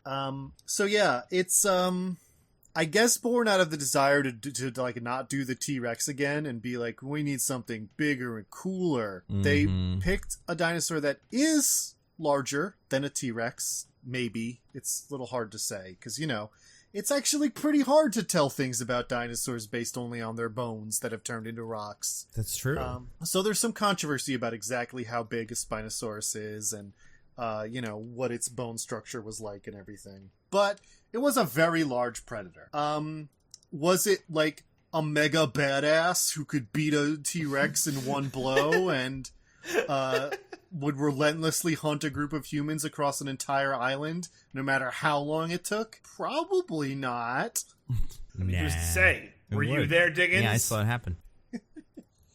But it's funny how much they pushed the Spinosaurus in this movie. Yeah, I feel like we maybe this hasn't made it into, like, this has been slightly lost to history. How many fucking toys these movies sold? God. There was, Absolutely. I'm sure, a huge, like, meeting where everybody just went through all the dinosaurs and be like, which one can be the new one? We need a new one. The big one. What is that? Like, and someone found this in a encyclopedia. They were like, yeah, that's the biggest one now. So that'll be the one that we sell. Because, yeah, there were so many toys for these movies. And do we know what Dominion's dinosaur is? we do. I think it's got an even dumber name. I think it's called, like, the okay. Ultrasaurus or some shit. Oh, yeah. Well, yeah, with the Go. world movies, they stopped even pretending like they were basing it on real life and just made up Right. stupid genetic freaks that are every single one is worse than the last. Well, and even in this movie, they say, what's his name says that. He's like, these aren't real dinosaurs. They were things made for a theme park by an idiot. Like, so... Yeah. Every movie after the first one is the only one that really reckons with this idea. Every movie after that likes to point out, like, oh yeah, they filled in DNA with other creatures. These really aren't what the dinosaurs would have been like. Yeah. But then they just say that once at the beginning of the movie and then just pretend that they're totally accurate dinosaurs for the rest of the movie. Yeah, Even when they're very much not. It seems like it might be something called the Gigantosaurus. I don't know if this is real. It might be real. I mean, who knows? Maybe none of these are real. Maybe it's all the devil. But this might be the villain. There was another dinosaur I feel like we saw during this movie, too, that, like, you remember this had, like, a little horn? And, like, showed up, looked at our guys, and left. I think that's the Ceratosaurus. Yeah. Let me... Hold on. I'll find the name of this thing. Feels like that guy could be the bad guy, like the new evil. Because that's the thing, and I feel like, I don't know if this comes up again. Like, I can't remember who I heard say this, but I'm pretty sure there was, like, a show or something where someone describes it as just like, and the T-Rex is just a good guy now. Like the new dinosaur has to fight the T-Rex because the T-Rex is nice and our friend and like helps the people even though it's scary. And like that could have been the thing that fought the T-Rex could have been whatever this horned monster thing is. Would have been fine. I love that they're like the anti-T-Rex propaganda in this movie is so strong because first of all, you have it job super hard to the Spinosaurus. Yep. It even gets a bite in on the Spinosaurus's neck. And I don't know if you guys know this, but the T-Rex actually has the strongest jaw strength of any land creature that we are aware of. I didn't know that. So if it got a bite down on pretty much anything's neck, that thing is dead. But yeah, the Spinosaurus just no-sells it and then snaps the T-Rex's neck. Yeah. I love that you're in like a wrestling mood today, Diggins. Did you like watch some wrestling recently? Like, no, I just feel like it's the best way to put it. Like, you know, yeah, it's true. Which is clearly just trying to get some cheap heat on the Spinosaurus by having it kill the old badass. But then also there was this brief period in the early 2000s where some people were like, oh, well, the T-Rex wasn't really a hunter or a predator. He was just a scavenger and ate dead bodies. So when we run into the T-Rex here, it's just eating a bunch of meat off a dead body. And then when the people see it, it just looks up nonplussed like, oh, hey guys, what's up? Yeah. Like it's not a vicious predator that would eat them. It's like, damn, we're really trashing my good friend the T-Rex here. Well, I mean, you know, he sucks, I guess, so I don't know. Yeah, T-Rex fucking sucks. The Spinosaurus is over now. It's all Spinosaurus from here on out, baby. No one gives a shit about the T-Rex anymore. And then the crowd boos him every match until they finally give in and are like, all right, here's Daniel Bryan back. Oh, yeah. No, I buy this. I think the T-Rex would be a shitty professional wrestler. Explain yourself? No, like because he'd be like John Cena, right? It's the one everyone knows. Like, even non-wrestling fans would know, like, the T-Rex. Like, oh, yeah, the T-Rex, I've seen him in movies. He's in Peacemaker, right? But, like, everyone else, like, wrestling fans would be like, he sucks. He's not good anymore. Just, like, you know, Vince puts, you know, just wants him to be the best because he makes all the money. it's like we don't like him. Right, like, and how in the Jurassic world, he only beats whatever their made up new one is with the help of the Velociraptor. Like he has to get help to win because he's actually not that great. So what you're saying is, if you, in this analogy, you would be cheering the Spinosaurus on, being like, "Yeah, the T-Rex sucks. T-Rex sucks. T-Rex sucks." Yeah, like the Spinosaurus is like someone we actually care about, like Triple H. Like, oh, he gets it, right? He came up the right way, and he hates the establishment. We love Triple H. Like, that's what. Yeah, he came up the right way by marrying the boss's daughter. Kidnapping her and marrying her. That's what we like to see. But I mean, this is a hot take, DJ. So you think the Spinosaurus is good and cool and should replace the T-Rex? I don't know. Like, I'm torn because, like, this movie, they do it wrong with, like, the whole Spinosaurus thing. But, like, do I want to go with the corporation who's like, we've given up on the T-Rex, who they rode with the whole time? Or do I want to say, all right, Spinosaurus, you're the new kid in town. I want to believe that you're the true good wrestler. Oh, I also I just remembered that they also they keep implying this thing throughout the movie where they're like, oh, the T-Rex urine scares away the other dinosaurs, but it attracts the Spinosaurus. And they like do a couple of things throughout the movie that imply that Spinosauruses are such fucking badasses that they hunt the T-Rex. That's their prey. And it's like, I don't know, man. I feel like predators generally try to go for weaker prey than like the second strongest dinosaur, even accepting the premise. Yeah, also that line is fun where he's like, T-Rex pee, and Alan asks, where'd you get that? How'd you get it? And the kid's like, you don't want to know. Oh, there's even more questions. There's even more questions about how he got that, but we'll get to that. Yeah. I feel like part of the problem with the Spinosaurus is like, I understand they needed to make a new toy, and they've done this with all of them. I think I don't want to say they got it right with the 4 Jurassic Worlds one, but at least they gave that one a superpower to make it markedly different than the T-Rex. Because with this, it's like, oh, it's just Spinosaurus. It's even bigger than the T-Rex. Like, by what? A couple feet? It's pretty much the T-Rex. It can do all the things the T-Rex can do. Like, if you're going to make the villain a different kind of dinosaur, like they did this with Fallen Kingdom too. They made, like, a T-Rex but a raptor. So it's like, oh, it can run through your house and shit. Like, that's something. But with this, you can call the new T-Rex whatever you want. This one's just a new T-Rex, and it's not that cool. But it has a big goofy sail on its back. It does have a big sail. I hope it's sail. Yeah, and it can bust down a reinforced iron gate, but then can't bust down a metal door. 20 seconds later, it can do whatever you want. It can do a lot of stuff. No questions. Are you questioning the Spinosaurus, Diggins? I'm questioning a lot of things about the Spinosaurus. They also primarily lived in the water, but we didn't know that at the time this movie came out, so I'm not going to penalize it too much. Get ready to question things about a different dinosaur. This one is another one. This wheel, I spun the wheel, landed on one of mine, but it's also one of yours. It's the quote I use for it is, "What are you looking for?" But it could also go under Diggins' "It's calling for help." Whatever. All animals do that. But also this bit where Alan's like, "What are you looking for?" It's like, you're a person and wants to eat you. Why does it have to have ulterior motives? It was just running after you. It's always just run after you. That's how these work. Like, I understand that this movie knows that there is something it's looking for. The idea that Alan has described just like this genius to the Velociraptors is pretty stupid. Yeah, it's go ahead, Diggins. It's like there are, the first movie did this too, so they're building on a proud tradition, I suppose. But in this movie, they keep like hammering home, like, oh man, Velociraptors are so intelligent, and the things that they use to prove that fall into one of two categories exclusively. One is not actually very impressive for an animal, and the other is wildly implausible. Yeah. Give me the not that impressive category. So first I love when he's like, oh my god, they're crying for help. And he's like, oh, they have a language. They make sounds that the other ones recognize. It's like, yeah, that's called a thing that literally every pack animal does. Like, yeah. Do you think that they just operate off vibes, other pack animals? Like, I think sure, they don't have language the way they do, but they know how to tell other animals like what's going on. They have sounds they make to be like, there's a predator coming, or, hey, good food over here, or whatever. Like, all pack animals do that. You should know that. You're a science man.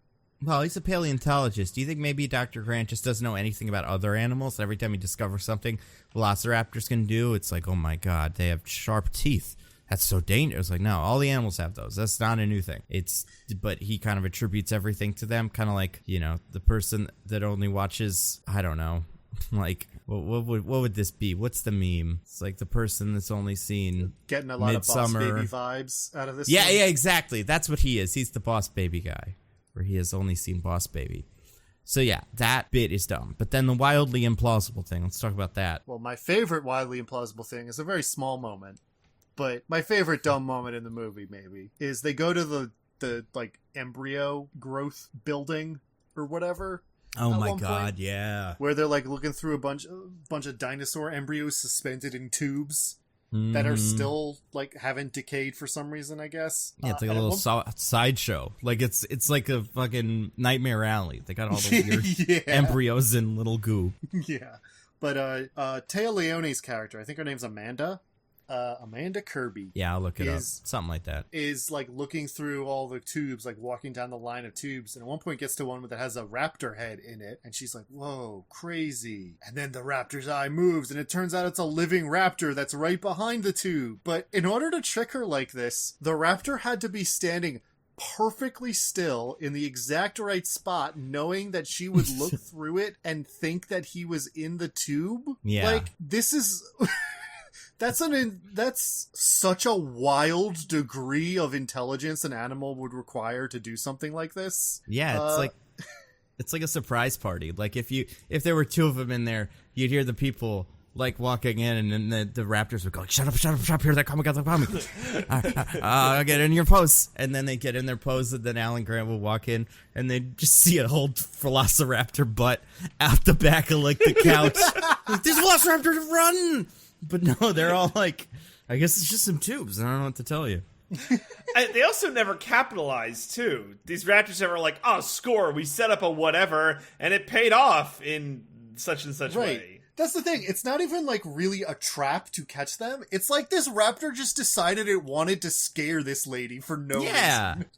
Yeah, it's like it gets off on like scaring its victims. Makes sense to me. It's normal raptor behavior. I mean... It's weird because there's that bit later after that bit where one of the people dies and then they go to save him, but then again they're safely up in a tree and the other one's like, no, they set a trap. It's like, I don't think that's what that is really that much. They just let him die in front of you to get you.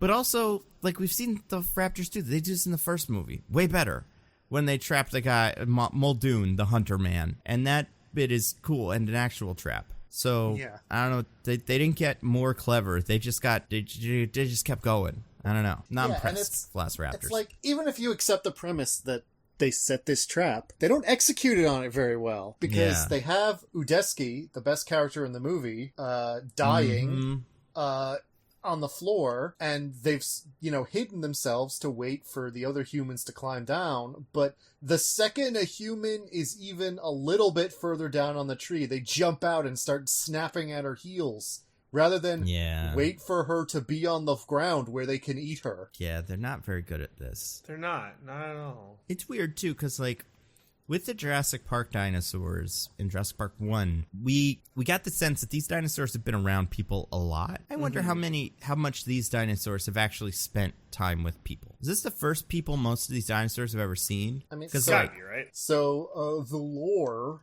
is that Isla Sorna was the breeding island. So it was where they, like, birthed and raised the dinosaurs before bringing them to the park on Isla Nublar. So presumably they saw people, when the place was in operation and they were being raised, but I believe in the canon here, it has been many years since Jurassic Park, so they haven't seen a human in years. Yeah, and I don't know how long these guys live for. If they have, like, the life cycles of, like, I imagine probably like a lion or something like that. I don't know how long lions live for either, so who am I to judge?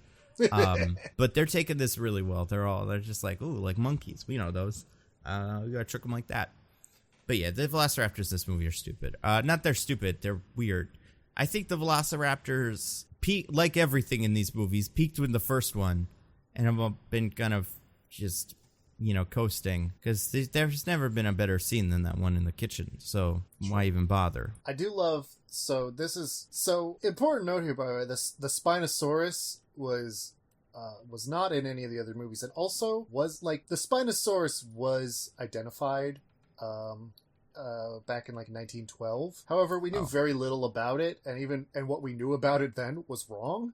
Around the time Jurassic Park III came out was when a lot of research work was coming out about the Spinosaurus, which is part of why it became a big thing for this movie. We didn't know the things that it does in this movie when Jurassic Park was founded. So, how did they do that? That's true. And also, the Velociraptors are different now. They have feathers, because at the time, science told us that Velociraptors had feathers. They don't have nearly enough feathers for how much feathers science has told us they had, but still. So, how did the Velociraptors change? Have they gone through rapid evolution? Why do they look different? Yeah, it's a very, it's like in Spider-Man, how he puts on 5 different costumes in the movie to sell toys. Even when you see the bit where you see the Brontosaurus or Brachiosaurus or whatever the fuck, I can never remember which is the real one. They have, markings on their face and, kind of a different color scheme than they did in the first one of these. And I'm like, why do they look like that? And I'm like, of course. So they could sell those toys instead. And, yeah, all the Velociraptors have, blue streaks and shit, and they have a really different, there's a slightly different aesthetic to a lot of the dinosaurs. That is stupid. I don't like it. Speaking of dinosaurs, I spun the wheel again, landed on one of mine. This is the last thing on the wheel, but I still think it's fine to talk about now. And it's just, they did the end of the last one again in this movie. In the last one, they free all the dinosaurs. They all get out. And in this movie also ends with that with the pterodactyls flying away. And it's like... It's a whole new world. What happened to them? I think you'll find that those are pteranodons, Nando. Ooh, get destroyed, shit. Nando. Yeah, so I always knew there was one dinosaur that had wings, and it was a pterodactyl. I don't understand what the difference is. I know there's a lot of pornography involving these things. I imagine that's where you learn about it, Diggins. So please explain the difference between pterodactyls and pteranodons or whatever. You've mistaken me for a person who knows that. I just know that these are pteranodons.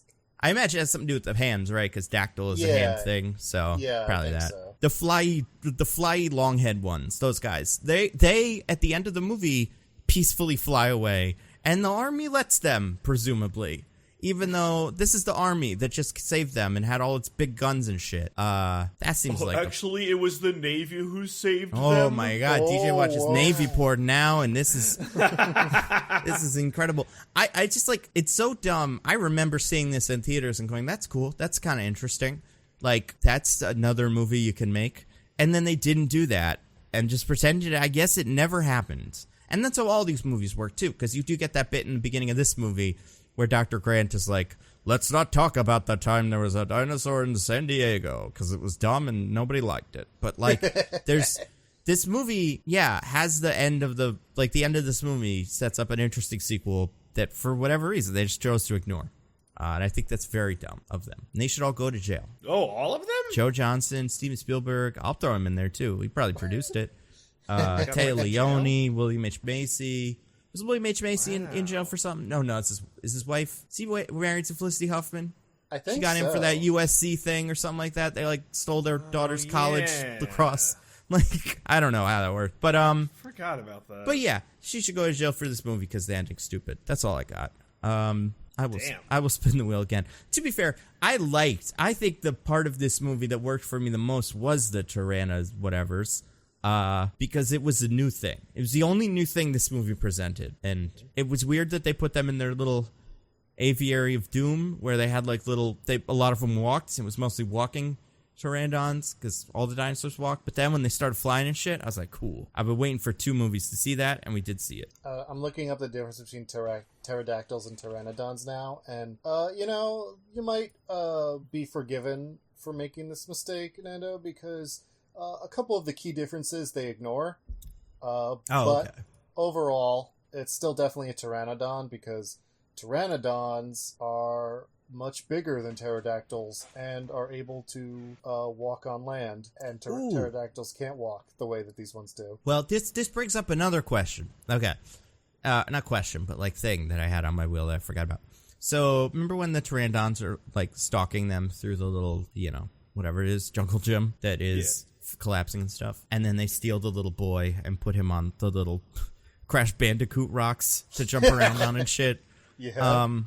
This was the point in the movie where I was like, I think I could beat one of those. I think I could beat up a pteranodon while it's stuck in the little thing. Not when it's flying. Very dangerous flying. But like there's one bit where Grant like kicks it and I'm like, that worked. You keep kicking it. Slide under it. Do shit. It's so immobile right now. And then with the kid, he's on the little rocks and like they're nipping at his feet. And I feel like there's a lot of them, so that is tricky. But it also feels like the kind of thing where if you had like a big rock or something, you could like do some damage to those guys. I don't think there's any other dinosaurs in this movie I could kill or survive at all. I think I'd be useless on this island. But that one pteranodon situation they're in, I'm like, it's not. There's some danger there. I think this is like such a bold claim. So what you're saying is you could defeat a pteranodon if the pteranodon cannot fly, if it has to walk, then and it can't jump or like it's got no clearance. I just feel like you get behind that pteranodon, like what's it gonna do? Nothing. It's kind of stuck there. They could But how are you beating it? Because it's always like, well, I could defeat, but it's like it sounds like you could avoid and survive. It's not defeat. If I had like a bat or something, I feel like I could get it. Anything. If I was behind this pteranodon, I just hit it with something I had until it died. I'd hit it with a big. I would simply hit the pteranodon until it was dead. Exactly. I would bring a pot and pans and just bang it over the head with those until it dies. No, but like Nando, you would have one advantage against a pteranodon that I feel I must point out. What is that? Pteranodons ate fish and would probably leave a mammal alone if it wasn't like bothering it. No problem then. I could kill all of them then.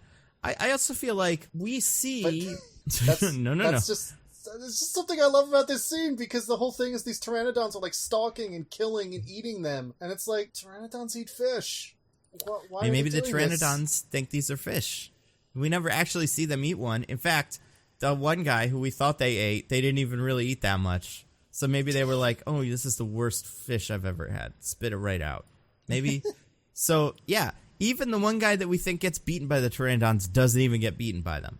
I'm just saying, I think in the circumstances the movie presents, they're not that big of a deal. Okay. I think the other dinosaurs are much...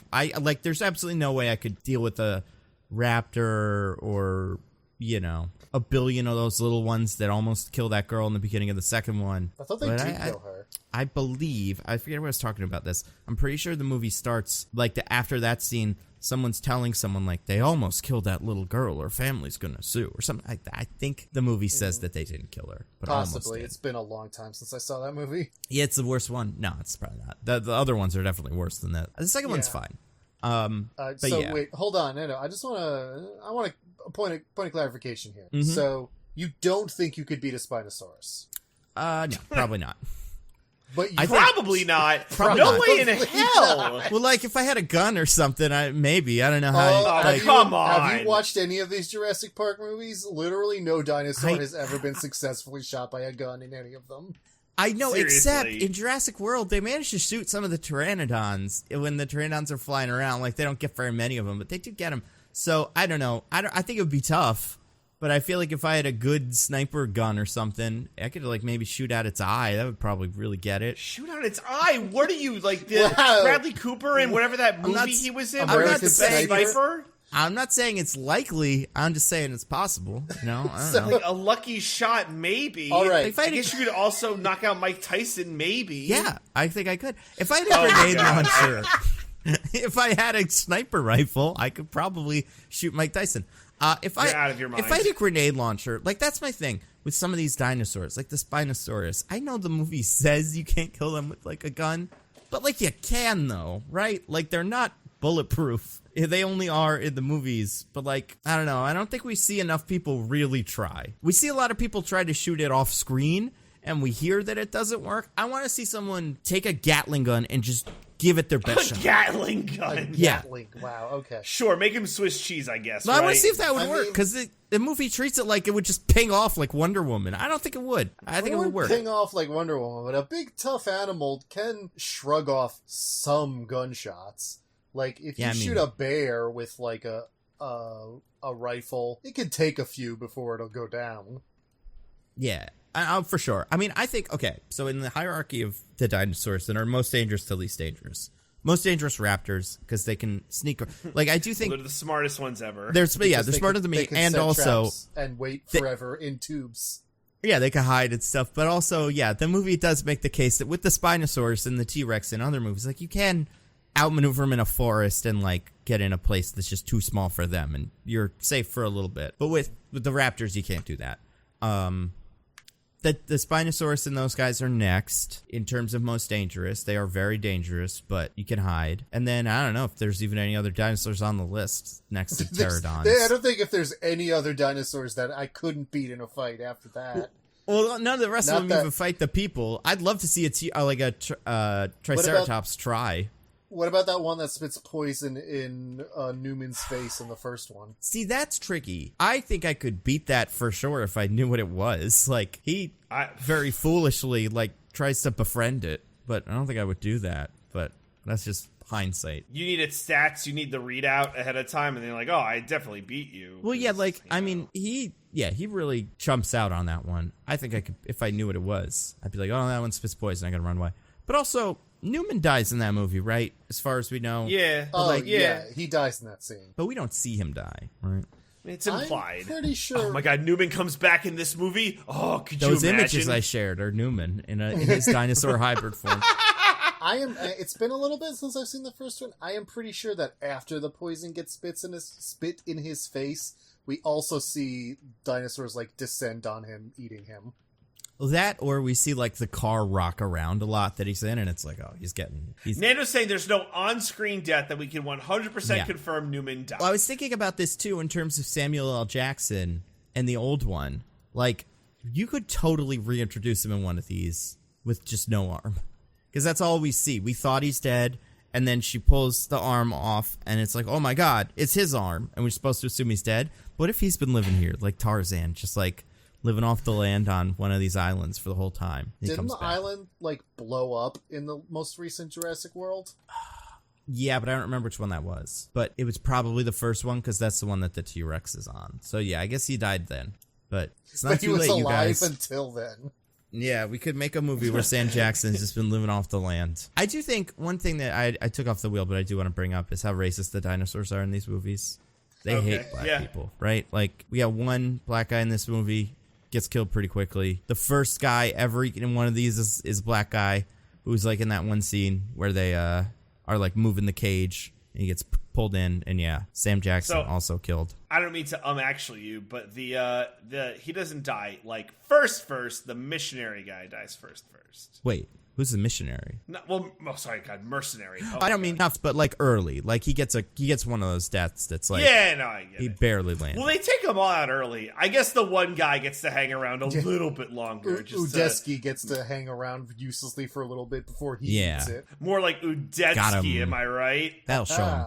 By the way, I rolled spun the wheel again, landed on number 5. This is one that we've already kind of talked about a little bit, but this is just called Dinosaur Inaccuracies. Let's talk about some of those little dinosaur nitpicks that we haven't brought up yet. Diggins, you had something about Guys, Pete? what do you so the Eric, the kid, when Dr. Grant finally meets up with him, one of the things he has to help him ward off non-Spinosaurus dinosaurs is some T-Rex pee. Do you guys want to take a quick stab at what's wrong with this? All right, I'm gonna guess that dinosaurs don't pee traditionally like we would think. Like they're like women who don't fart; they just hold it in forever and then explode.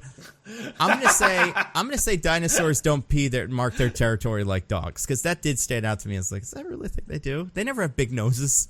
Can they even smell? Dinosaurs don't pee because they're reptiles, and like birds, reptiles evacuated all in a single slurry through their cloaca. Maybe that's one of the things they changed when they made Jurassic Park. They're like, people want to see him pee.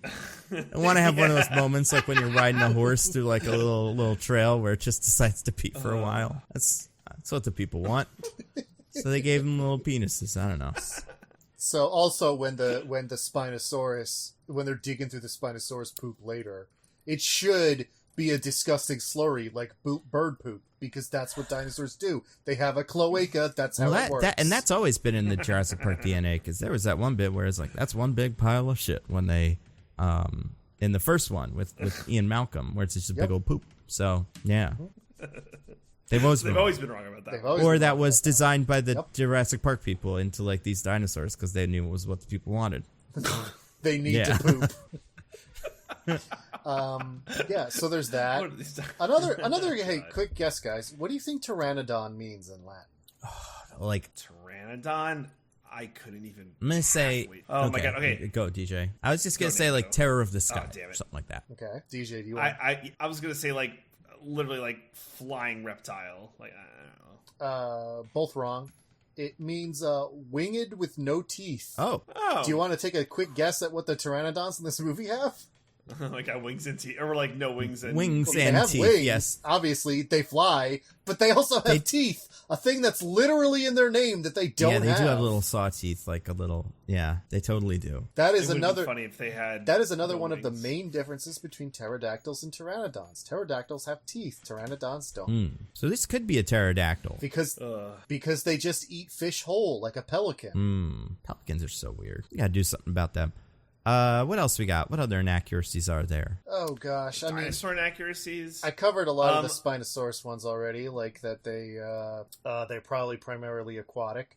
They didn't hunt other predators, or at least not primarily. You got one, DJ? It sounded like you had one. I'm gonna guess that raptors don't set traps with live bait. They do. We have no go way. out on a guess. We have no way of knowing that. We saw it. So they do that. It just doesn't seem feel likely. But it is true. This is a long-standing Jurassic Park inaccuracy. Velociraptors are actually quite small. They're about the size of turkeys. These are more equivalent to Deinonychuses or Utahraptors. Yeah. Shitty names, not gonna work. Velociraptor, cool as hell. Gotta hold on to that. I did have, what was my inaccuracy? I was just an inaccuracy. I do think it's funny though, sometimes the way that the raptors communicate, and just the way that this wasn't an inaccuracy. But it's one that Jurassic Park movies have had problems with a lot. It's how much a dinosaur can sneak up on you. There's a bit where the Spinosaurus is like there, and it's when they hug in the fence. And it's just like, we did this in the first fucking one of these. The first time a T-Rex showed up, everything shook because they're so big and there's nothing else going on. It's a nice, bright, shiny day and none of you see these things. Like, you all deserve it. Everything that happens to you, you deserve. You deserve to go to Guantanamo Bay. You deserve to get eaten because you've just failed so miserably. Like, yeah. Let's see. I'm ready to spin the wheel again. We got 4 more things, so we're moving. This next one is gonna be number 2. Oh, this is an important one that we haven't really done yet. So this is DJ's, but I'm sure we'll all have something to say about this. This is William H. Fakesy. Oh, love William H. Fakesy. So William H. Macy plays Mr. Kirby. I honestly cannot remember his first name because they call him Mr. Kirby the Vanessa. whole time. His name is Vanessa. Paul. Vanessa Kirby. That's where she comes from. I thought maybe Jack. That's true. Jack Kirby, and Vanessa, maybe? the power couple. The Kirbys, right? So he recruits Dr. Grant by saying like, hey, it would be great if you came with us, just do a flyover of the island, because we just want to look for vacation, because we do exotic vacations, like taking a commercial flight to the moon, and we will donate to your awesome paleontology cause. But I think he like literally says, I'll write whatever number you want on this check, and then shows him a blank check. And then 5 minutes after the way, Mr. Grant publicly said no force on heaven or earth could get me to go back to that island. An island he's never been to, by the way, true. the one they asked him to go to. So that's also kind of funny. Well, then, to be fair, then no force on Earth could get him back to that first island. Second island, nobody knows. He didn't lie. It's all in the air. So we quickly learn that Mr. Kirby William H. Facey is a fraud. He is not some eccentric billionaire who just wants to do a little flyover of the island. He is like a small business owner who owns a paint and tile company. Kirby Paint and Tile. Kirby Paint and Tile, who is looking for his lost son, who is lost on this island, as we alluded to, for 8 weeks, and he needs Dr. Grant's help. And he doesn't know shit about climbing mountains. Yeah, which the way that he catches him on that, he's like, well, Justin Timberlake guys. This is so stupid. Yeah, you guys want to talk about this? When you summited K2, did you do it at 20,000 or 30,000 feet? And the guy's like, did you make that's what it was, yeah, at 25,000 or 30,000? And he says, 30. We wanted to go the whole way, which, like, okay, buddy, it's a trap. But maybe it's one of those traps where you're off by a factor of 10 and you're not even close.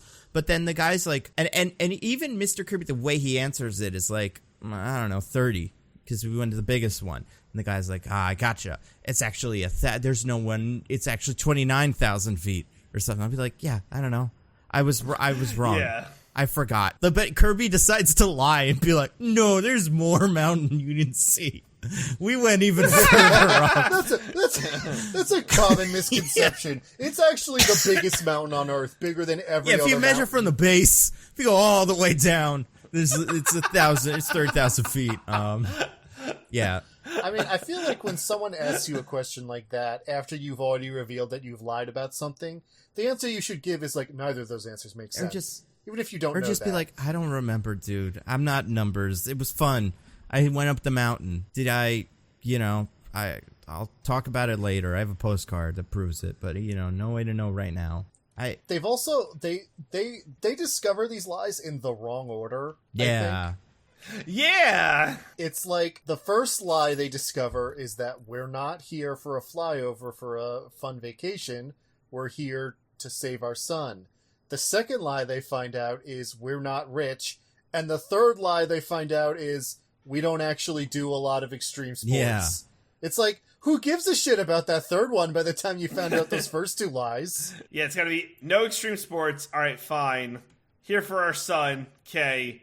Yeah, I feel like the not rich thing, too, like, Alan Grant is, like, for someone who seems to really not want to go to Dinosaur Island and, like, should be kind of on his game here, he, like, doesn't notice anything's up with this plane or anything like that. Like, I feel like, if I'm a billionaire that's planning to go to space, you got a really nice private jet. And, like, this jet is fine, but it's not billionaire going to space private jet nice.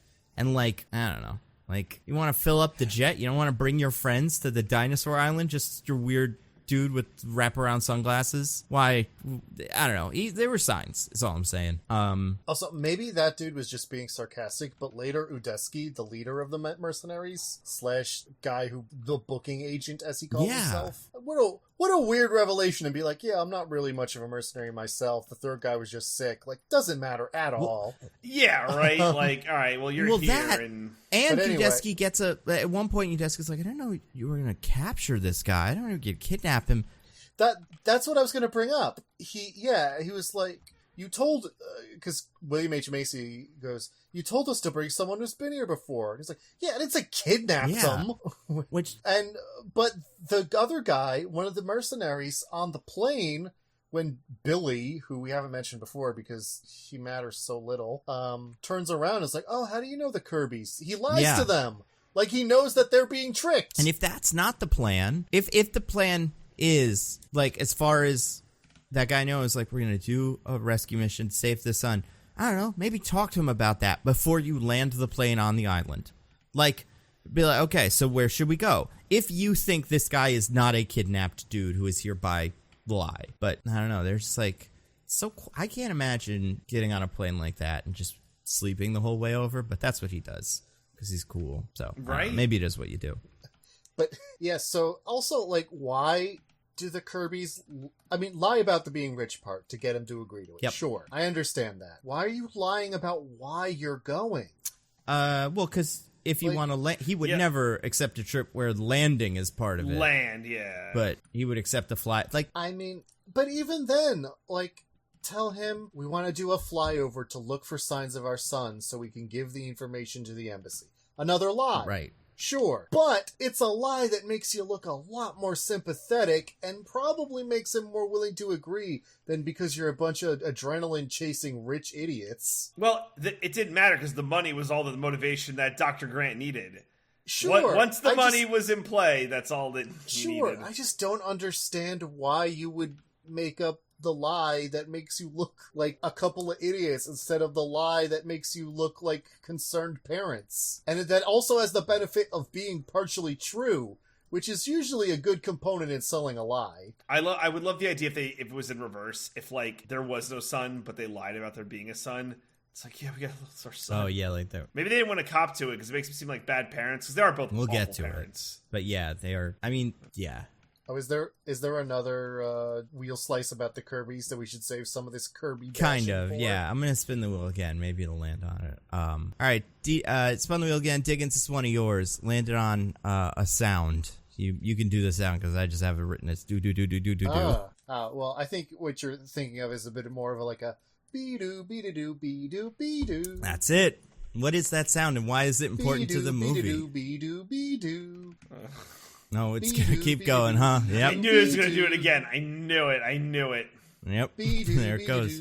All right, he's going to do it 2 more times, I think. That's the sound of a satellite phone that is owned by William H. Macy / Paul Kirby that he brings because this was 2001. And so satellite phones still existed. Yeah. I guess they were technically now, correct on that he one. does this, right? And he's like, I got a satellite phone.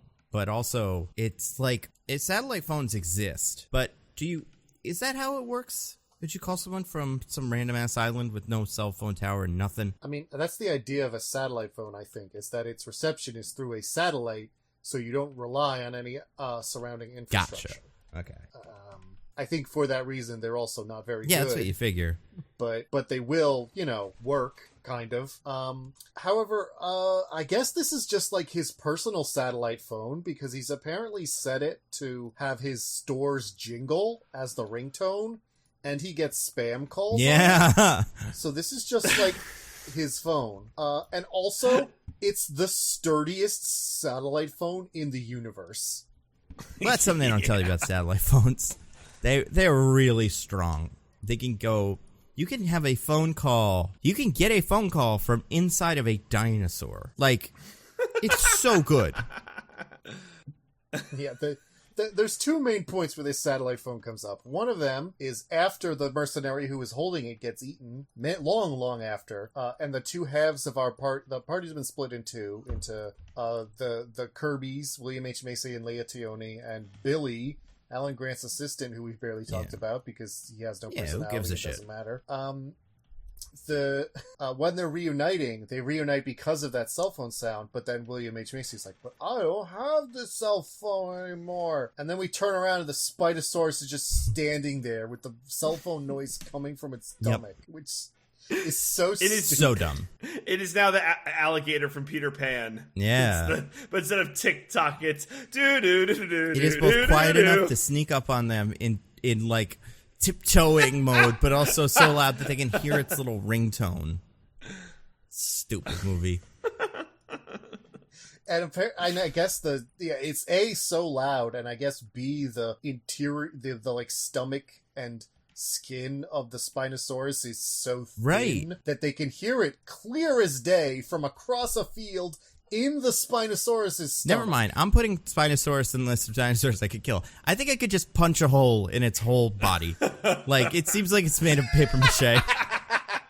I just pow. But then it takes a bite from the strongest jaw force that has ever existed on its neck. Maybe it's just got a really strong neck, but a lot of vulnerable parts in its tummy, where the cell phones live. Everything else is just... I think that's what it is. Right.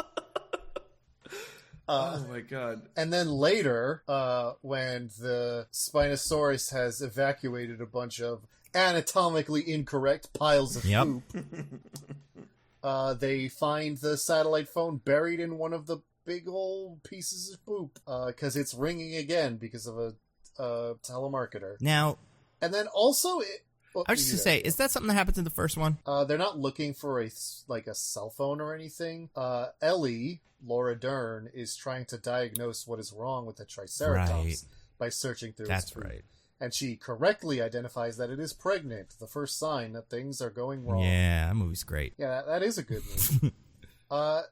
Instead, it's a phone in this movie. Those dang phones, the dang millennials and their dang satellite phones.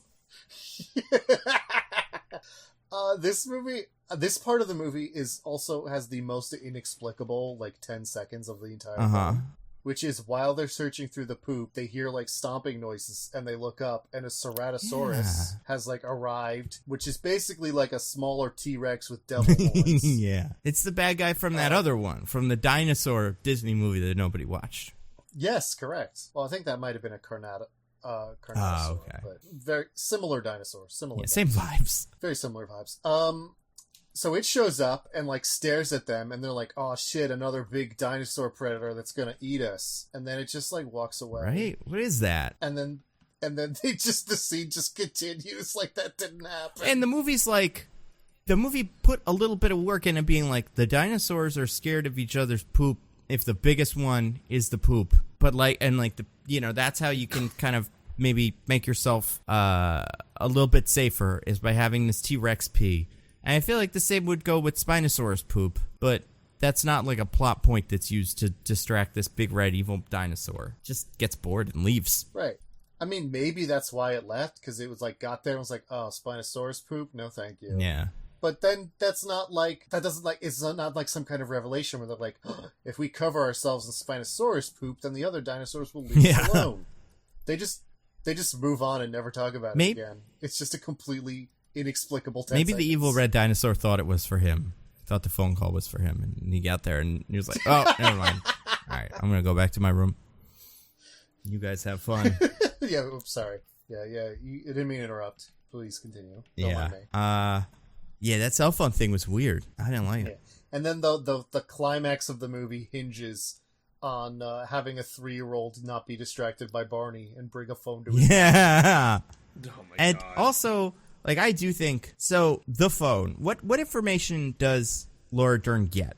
I feel like he just screams no idea. the river and then drowns. I think he says the river Site B. Oh, okay. And then I guess she knows what Site B is. Yeah. So she's like, better send the United States Marines to Isla Sorna.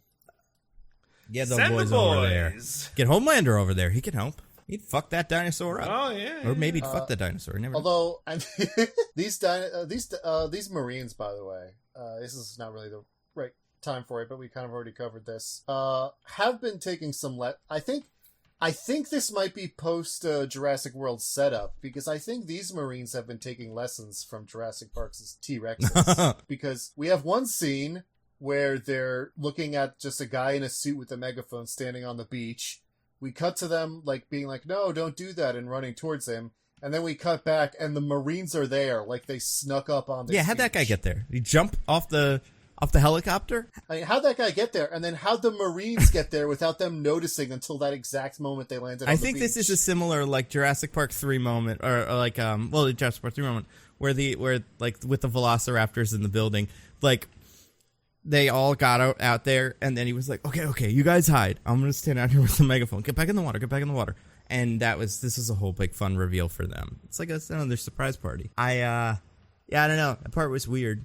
Oh, and I forgot to make a wedge for this, but this is a joke about how at the beginning, Leah Teone is using a megaphone, and Dr. Grant is like, "That's a bad idea." And she can't seem to grasp the concept that being really loud in a place filled with super predators is a bad idea. But also, nobody learns this lesson in the entire movie. Nobody ever stops shouting someone else's name for pretty much the entire runtime.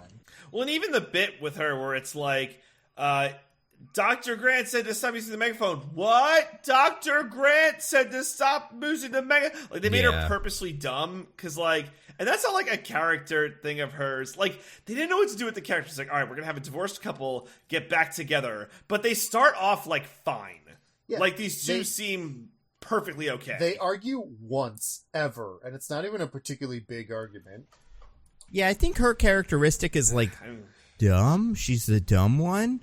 Because when they are talking about their differences, the one time he says "Oh man, I know I drive 5 miles under the speed limit. She's like, I totaled 3 cars in the last couple of years.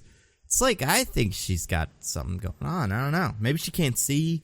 Maybe she just can't hear well. Maybe there's something else. Because 3 cars in 3 years. Maybe she's traumatized from that time when she was being hunted by a drug lord in Miami, and she had to go into hiding with 2, rogue, loose cannon police officers in the Miami PD, and also for some reason they were pretending to be each other.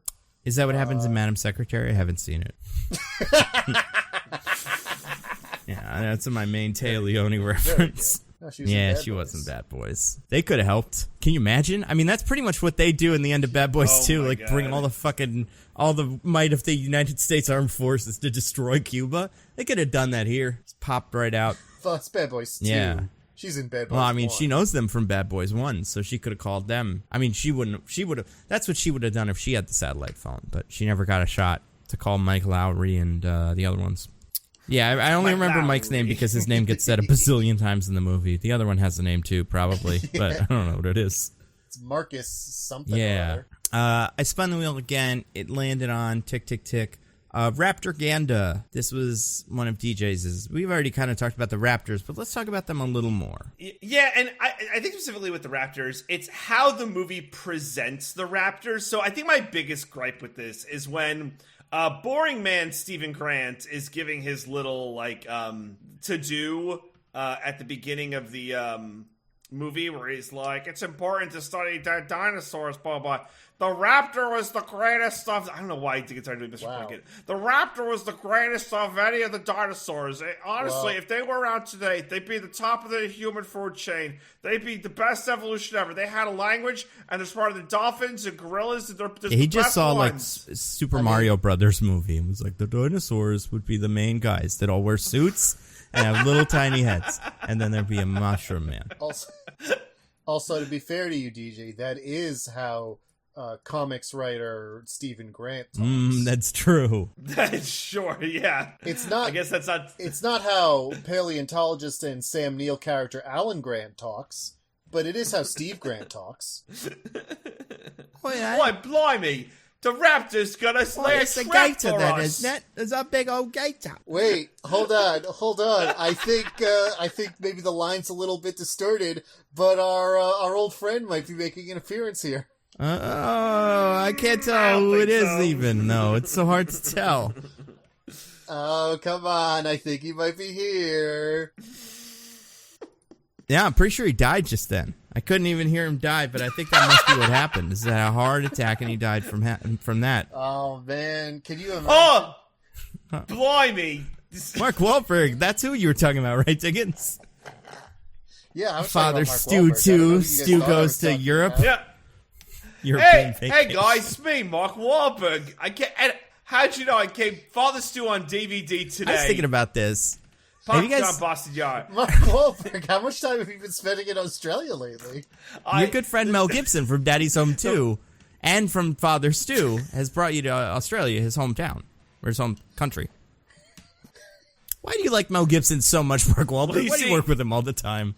There's just something about him the two of you really gel on, No, they have very similar opinions on hate crimes. No, guys, I'm from Boston. Hi, go Pats, go Celtics. The Celtics are in the finals right now. Go Pats and go Green, go Celtics. Kick Steph Curry's ass. That guy's an asshole. Mark Wahlberg. Anyway, I only have one question for you. It's very important. Yeah, then I gotta go promote Father Stu. I guess. Okay, 2 questions, real quick. I was looking up Mel Gibson the other day for important reasons. His father is like a really bad Holocaust denier and stuff. I wonder if he did Father Stu so that if you Google Mel Gibson Father Stu comes up. That's just a guess. But anyway, number 2. Mark Wahlberg, if you were on that plane... That wasn't a question. Mark Wahlberg, if you were on the plane in Jurassic Park 3, would it have crashed or would you have been able to safely take control of it and fly all the way back home? Nando, it's obvious. If I were on that plane, there's no way it would have crashed. Matter of fact, I would have flown that plane round the Spinosaurus, shot it with a Gatling gun, killed it, and then all the Pterodactyls and Pteranodons, whatever they would have been gone, and it would have been a problem whatsoever. I'm Mark Wahlberg. This is my actual accent. Go Pats. Go Celtics. Boston's a great city in the world. I gotta go. Father Stu, buy it on DVD. Get it for your dad for Father's Day. God. Father's That Day is gift, what they're gonna Father's do Stu, with that, DVD and Blu-ray. It's probably gonna be lots of commercials. Do they even still make DVDs? For fathers, mostly. Well, you buy it for your dad. He's going to have a Blu-ray player. He doesn't have a PS5. No one can get one. So he's got to play his DVD player. I mean, PS4 is Father also Stu, get on DVD. Blu-ray, as do PS3s. Well, it's tough because you want to get your dad Father Stu, but he has a PS4, so you could either buy him the DVD he won't open, or just like buy him a picture of Father Stu. Be like, watch Father Stu. This counts as a gift. You know, it's tough. That's the problem with ownership and stuff. How do you get gifts anymore? You want to give Father Stu to someone. You buy, honestly, you get it on digital too. You get it on digital, DVD, Blu-ray, but buy Father Stu. We even have it on VHS, because this is that kind of movie where, like, the guy might want it on VHS. So buy it, give it to your loved ones, and, check out Father Stu. But that's it, boys. I gotta go. Wait, hold on, Mark Wahlberg. Hold on, Mark Wahlberg. Oh, okay, what? I was really thinking of getting my dad Morbius for Father's Day, because my mom loved Morbius for Mother's Day so much. Why do you think I should do Father Stu instead of Morbius? Specifically. Get out of here with Morbius. That movie was one of the worst movies I ever saw. And as a matter of fact, I think it's a travesty they put it back in theaters instead of Father Stu. You want to put a movie back in theaters that no one's going to see, you put Father Stu back in theaters. Or for Father's Day, they're putting back Morbius. Ridiculous. It's a travesty, and I'm so upset you would bring up Morbius. You get Father Stu for Father's Day. Wait, Mark, that's the rules. Money-wise. We killed it. I don't want to bring up the box office mojo, because as we know, that site's terrible now. But we killed it in the theaters. I think we made $3 trillion, something like that. By $2.98 trillion, but close. International. You probably only looking at domestic. The international box office for worldwide. Fathers 2 is $690,000. Yeah. Oh my gosh, that's it. Hey, I don't know. I gotta check these numbers. Hey, Jurassic World Dominion voting machines. Counting? That's true. Mark Wahlberg, do you want to stop? Where were you on January 6th? I haven't checked. Where was Father Stu on January 6th? I'm pretty sure it was filmed Father Stu on January 6th. Mel Gibson and I. But where were you and Mel Gibson filming Father Stu? Was this the crowd rushes the Capitol scene by any chance? Father Stu and whatever Mel Gibson's character is share a nice podium or something. Take a big shit on Pelosi's desk to get the...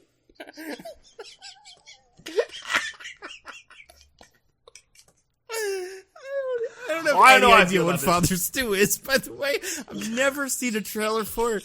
I know they're both in it. I think one of them's probably a priest or something. It's a heartwarming story. Listen, you boys have been so good to me over the years. I've really got to go, but I'll give you the 90-second elevator pitch meeting for Father Stu. Basically, I play a character named Stu who's like down on his luck. He tries to be like an actor, and he tries to be I'm like a drug addict, and I'm an alcoholic, and I have all these failed jobs, and I'm like a deli worker in a supermarket. Everything I do sucks. And then what I decide to do, I get into a terrible accident. And then I'm like, oh, you know what? I should become a priest to give people hope. And then I get some kind of like terminal disease. I'm about to die. And then everyone's come see Father Stu because I'm a symbol of hope for the people down in their luck. And then Mel Gibson, I think, is a guy who tells me, hey, Stu, become a priest because it'd be good for you. Mm-hmm. So I become a priest who's like a symbol of hope because I used to be a drug addict and alcoholic. Wow, beautiful. Now I see it. This makes sense why his Father Stu. For sure. Yeah. I'm telling you, you buy it for your dad for Father's Day. He's going to love it. He's going to absolutely love it. Seems like the kind of thing Mel Gibson could be in. Like, I buy it. Well, except for the part where he gets better and stops being bad. Yeah, that's true.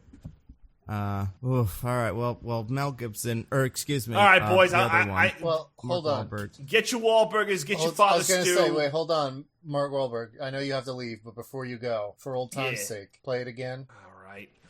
Warburgers, go and get your Warburgers. Every happy Wahlburger meal comes with a DVD of Father Stew. So come get your Warburgers today. So great. Thank you for coming on. Absolutely, boys. Have a good one. I'll be back soon. We're gonna nitpick Father Stew, right? It's Maybe. just kidding. It's I perfect. don't You know. can't nitpick it. I mean, there's probably some All dinosaurs. right, boys. in You that, have yourself right? a good Wahlburgers Thank you so day. much, Mark Wahlberg. Bye, Mark Wahlberg. Do you know Mel Gibson's gonna be in that John Wick spin-off show? Apparently, Oh, right? great. Phenomenal. Yeah, it's okay. Love It's on it. Showtime. We're not gonna watch it, but he is in it. I'm looking up Mel Gibson. So many irons in the fire. So many projects. Something called Boys of Summer. Something called Hot Seat. Fascinating. Just an inspiring story of how no matter what you do, you cannot stop getting work in Yeah. Hollywood. Oh my. Hey, how come you guys always do the Mark Wahlberg interviews without me? I feel like What would it'd you be ask really him? fun. What do you? Is there anything you know. want to talk to him about? Maybe we'll remember this later. His like process, like his acting process, like how does No, he he just like fucking get reads the into lines it? for you the want us first to call time him while back? he's on set. Have you seen these movies? Well, hold on. Do you want us? Yeah, I could give him a call, get him to come back, and then you could, ask him some questions. You guys can have a long, in-depth He's- conversation, just the two of you. He's probably so busy, and I don't want to talk to him until I've seen Father Stew, just because I feel like that wouldn't be fair. Oh yeah, it So would be embarrassing. I think I'm gonna wait 'cause till we'd I ask him questions. He'd be like, haven't you Yeah. seen Father Stew? And we'd have to.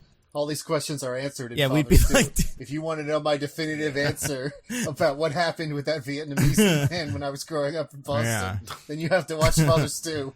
Oh my god, there are so many Mel Gibson movies in the works, and he's rumored for Lethal Weapon 5, which they should just make the Always Sunny one. That would be funny. Get all them in it. Oh, Mel Gibson. You guys, there's one more thing on the wheel, and I barely have the energy for it, but we got to do it. It's where is it? Where is it? It's an hour and a half with jerks. We should talk about the characters, right? Oh, we Diggins, what do we totally think about should. him? All right, so we have basically 5 characters that matter in this movie.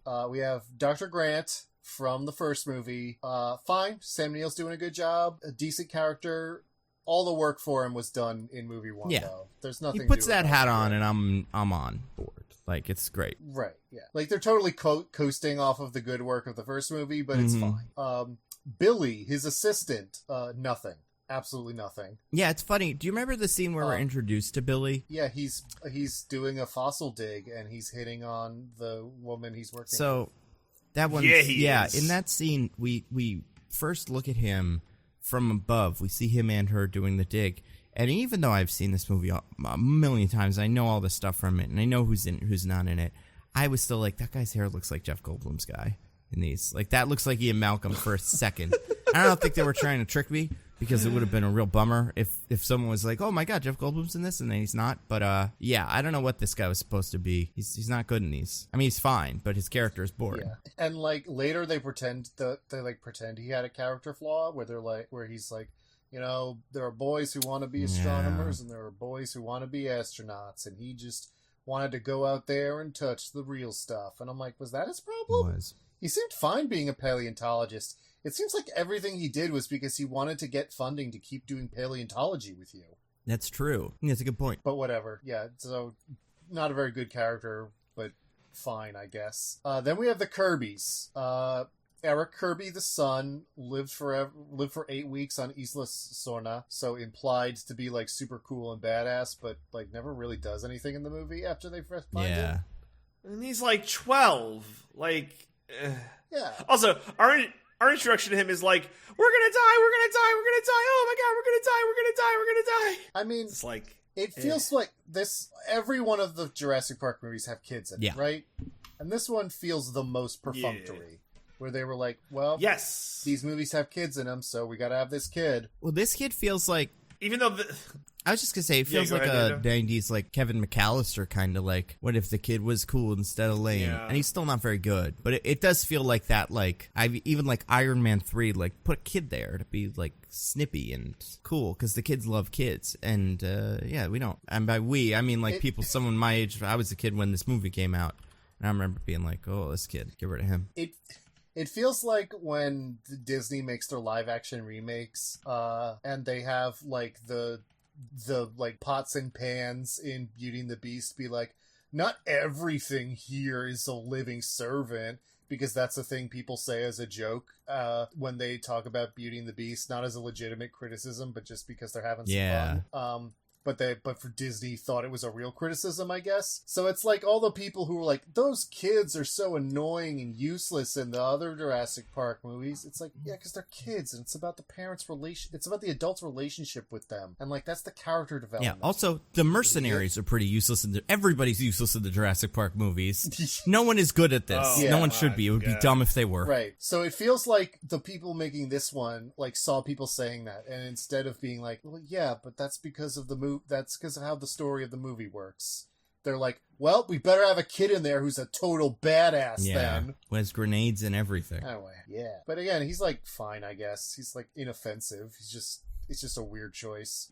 Then we have there's also like, I was just gonna say, there's no mystery to it. Like, they're like, oh no, Dr. Grant's gonna fucking bite it because the smartest creatures on Earth, raptors, have him cornered.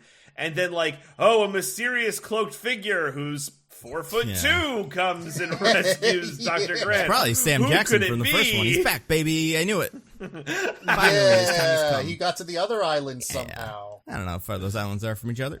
I have no idea. Yeah, so those are three of our five main characters. The other two are the Kirbys, who everything in this movie is their fault. And are insufferable for the entire duration. Yeah, they're terrible. Yeah, they suck so hard.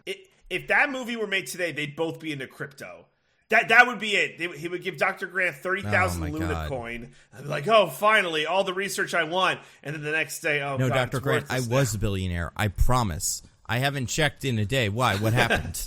Am I no longer a billionaire? Fuck. Well, I'll give you all the coins, and then you'll be a billionaire in 2 weeks. I don't know how that shit works. Maybe it'll be fine. But yeah, so like the thing about them is it's fine if you have characters who are kind of useless and annoying, like I said about the kids. Like them not being very good in a dinosaur survival situation is the point, because Dr. Grant has to take care of them, and that, you know, is like a surrogate parent relationship that he grows into and like learns from through the course of the movie. But these guys have no character arc. They're just annoying and useless the whole time until the movie's over.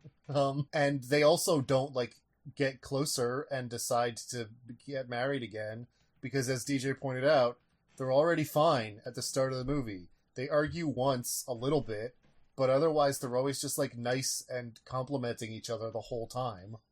Yeah. He like apologizes for seeing her without a shirt on. He's like, oh, I'm so sorry. She's like, it's fine, dude. You know. And she's not only like, it's fine, dude, but then also is like, oh, you lost a lot of weight. You look really good. Yeah, almost like she's like, oh, I kind of like the idea of like us being divorcees, getting like back together. Right? Like the way you do this, obviously, is, you have them be more divorced and then be less divorced by the end. But yeah, they start as pretty not divorced. Yeah. Like, maybe it would, and also end maybe it was the kid, you know. Maybe he's the reason, and then they got him out of the picture, and everything kind of started sailing smoothly for a couple of weeks. You know, not positive. I mean, and a movie where we focus a lot on where there's a lot of focus on their relationship, or at least like their relationship is changing over the course of the movie. Then her finding her boyfriend dead is like a turning point where it's like he could be nice about it, and she's devastated, but also like realizing like that he's there for her, and also, you know, like we often do in these Moonfall type movies, well, the new guy's out of the way so the divorced dad can slide his way in without having to worry about the competition. Yeah, it's weird. I feel like that would be like, I don't know, some conflict in the beginning to have them be like more divorced and then yelling at each other all the time and stuff, but then they would be even more that's annoying. True, it's it's also like, I guess it is a problem of the Jurassic Park movies where he's like, I'm actually a tile salesman, I'm not a billionaire, And it's like, yeah, but you're also still a nerd. Like, I feel like part of this, maybe the way you do this is you lie about how sick you are at this. But it's like, I would see him and he's like, I summoned K2, and be like, no, you didn't. You did. You're a nerd. You can't do that. You did that maybe like 30 years ago, but not now. I can see you. I mean, I don't know how much this existed back in, I think, what did this movie come out? 2001? 2002? Yeah, something like that. Yeah. 2001, yeah. I don't know how much this existed back then, but there's basically a cottage industry now of rich jerks paying people to take them up to Everest so they can say they did it. And they don't actually have there's any lines, right? Yeah, there's like it's lines. It's like ridiculous. Yeah. That's crazy. So, I don't know, maybe I would believe if I did believe that they were super rich, I'd be like, yeah, I mean, you don't actually do any of it. You pay people to do it for you, but you've probably been present while those people did it, I guess. Yeah. It's a good point. Great point, Diggins. They should have worked that into also, the now plot that I think about it, Dr. Grant, does he get an arc in this at all? Okay. Nope. Cool. Just want to make sure. Just kind of... Like I said, they just coast off his Jurassic Park 1 appearance. He doesn't have... He already learned to be cool with kids. He doesn't got to learn to be cool with the kid. His relationship with Billy is completely static, except for when he gets mad that Billy stole the raptor eggs. Which, like, 100%, dude. Yell at that guy. Oh, yeah. That He's a bad happened. guy. He stole raptor eggs like an idiot. What an I legit forgot And also, that it's like, I just wanted to sell them to fund the dig. Okay, forget about the ethical stuff of that. Who are you going to sell them to? Who's going to buy those from you? Yeah, like, right. Some sort of, like, you know... Like the people that were bidding on them in the most recent movie. Bad guys.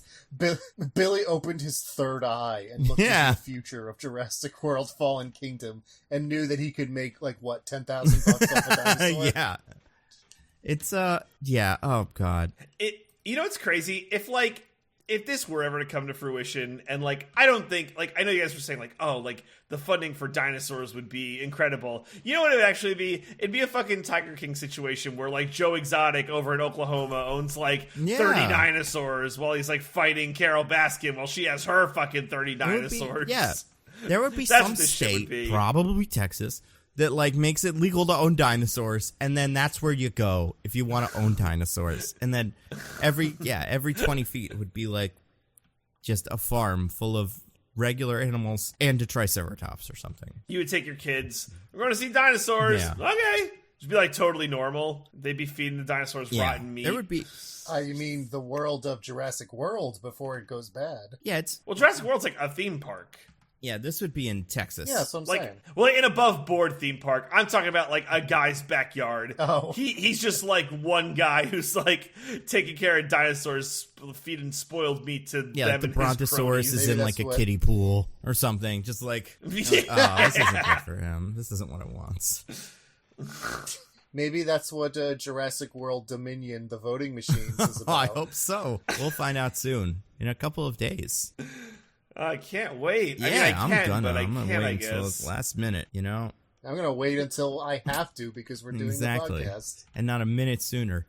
Yeah, let me see. I think we got out everything, all my thoughts on this movie. Let's see. Racist dinosaurs. Oh, remember when Sam Neill talks about astronauts? I'm like, don't be an astronaut, Sam Neill. Your eyes get bad and you start talking about the devil and shit. I've seen Event Horizon. It's not good. I do. Here's what I was just going to say. Go ahead, there are two bits in this movie that I think are funny. The one where he says nobody move a muscle and everybody runs away. I don't think that moment quite works as a comedy beat because of the editing, but it is funny. And then when the guy says, "I've rescued," and then when a velociraptor says, his that's incredible. But when the guy gives him his hat, he's like, "I rescued your hat." I was like, "That's funny." Oh yeah. But also like. And like Alan's reaction of like, oh good, that's great, son. I wanted the hat. And I'm like, yeah, you look great in it, dude.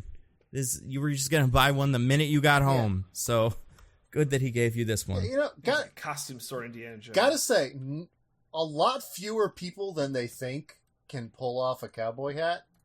Sam Neill can pull off a cowboy hat. Well, there's something about the cowboy hat fedora combo with how you're dressed, and he dresses like a guy that can like. He's all business, you know? There's something about him. It's an Indiana Jones Steven Spielberg has one hat. He'll put it on anybody, you know? DJ, you said you had a thought. One last thing.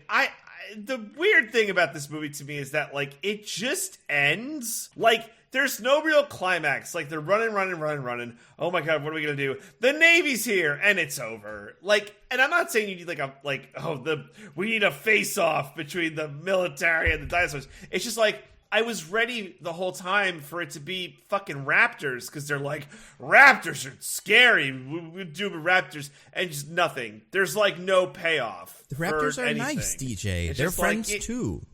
It's just like, it's tough in the dinosaur world, I guess. If you give their eggs back and then start saying a bunch of gibberish to them in their language, they'll just leave. I love when he's blowing into the raptor skull thing he's got to make raptor noises, and all the raptors are looking around like, what the hell is that? Because I imagine what they're being is like, what's this like mentally handicapped raptor who's screaming nonsense? Yeah, I think there's what's raptor speaking in tongues somewhere. We gotta go fix him. Well, and Mr. Kirby is like, ask for help. What are you, fucking raptor whisperer over here? You don't think he's doing the best he can? You know some raptor phrases. Please take the stupid whistle thing. Otherwise, just let me keep making the sounds. I mean, have you guys ever seen that thing where they were like, we 3D printed King Tut larynx from a human from some Egyptian person to see what an ancient human would have sounded like, and it's just like, ah! I mean, this is the raptor equivalent, right? He's just like screaming. Yeah, that is pretty good. That's so funny.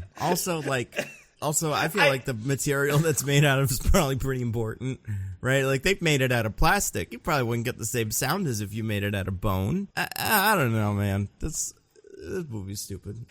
It's crazy how ahead of their time they were, because they're like, oh my god, we have 3D, and I know I brought this up before, but just like 3D printing and trips to the moon. Like, they knew something. Also, it's crazy. Hey, we're having so much trouble funding this dig. Why did we buy a 3D printer? What are we, making more dinosaur bones for fun? He even says, like, when Dr. Gretsch shows up at the site, he's like, we've only got, like, 4 more weeks of funding. And Billy goes, 3 weeks. I rented some equipment. And then he shows them the 3D printer.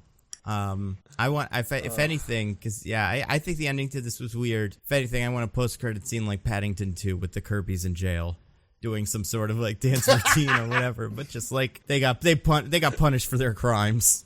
All these mercenaries, they got killed. Dance for me, monkey, dance. Do you think that's why they're not in Jurassic World Dominion? The fixes what if they are? Because they're in jail? What if they're in it, though?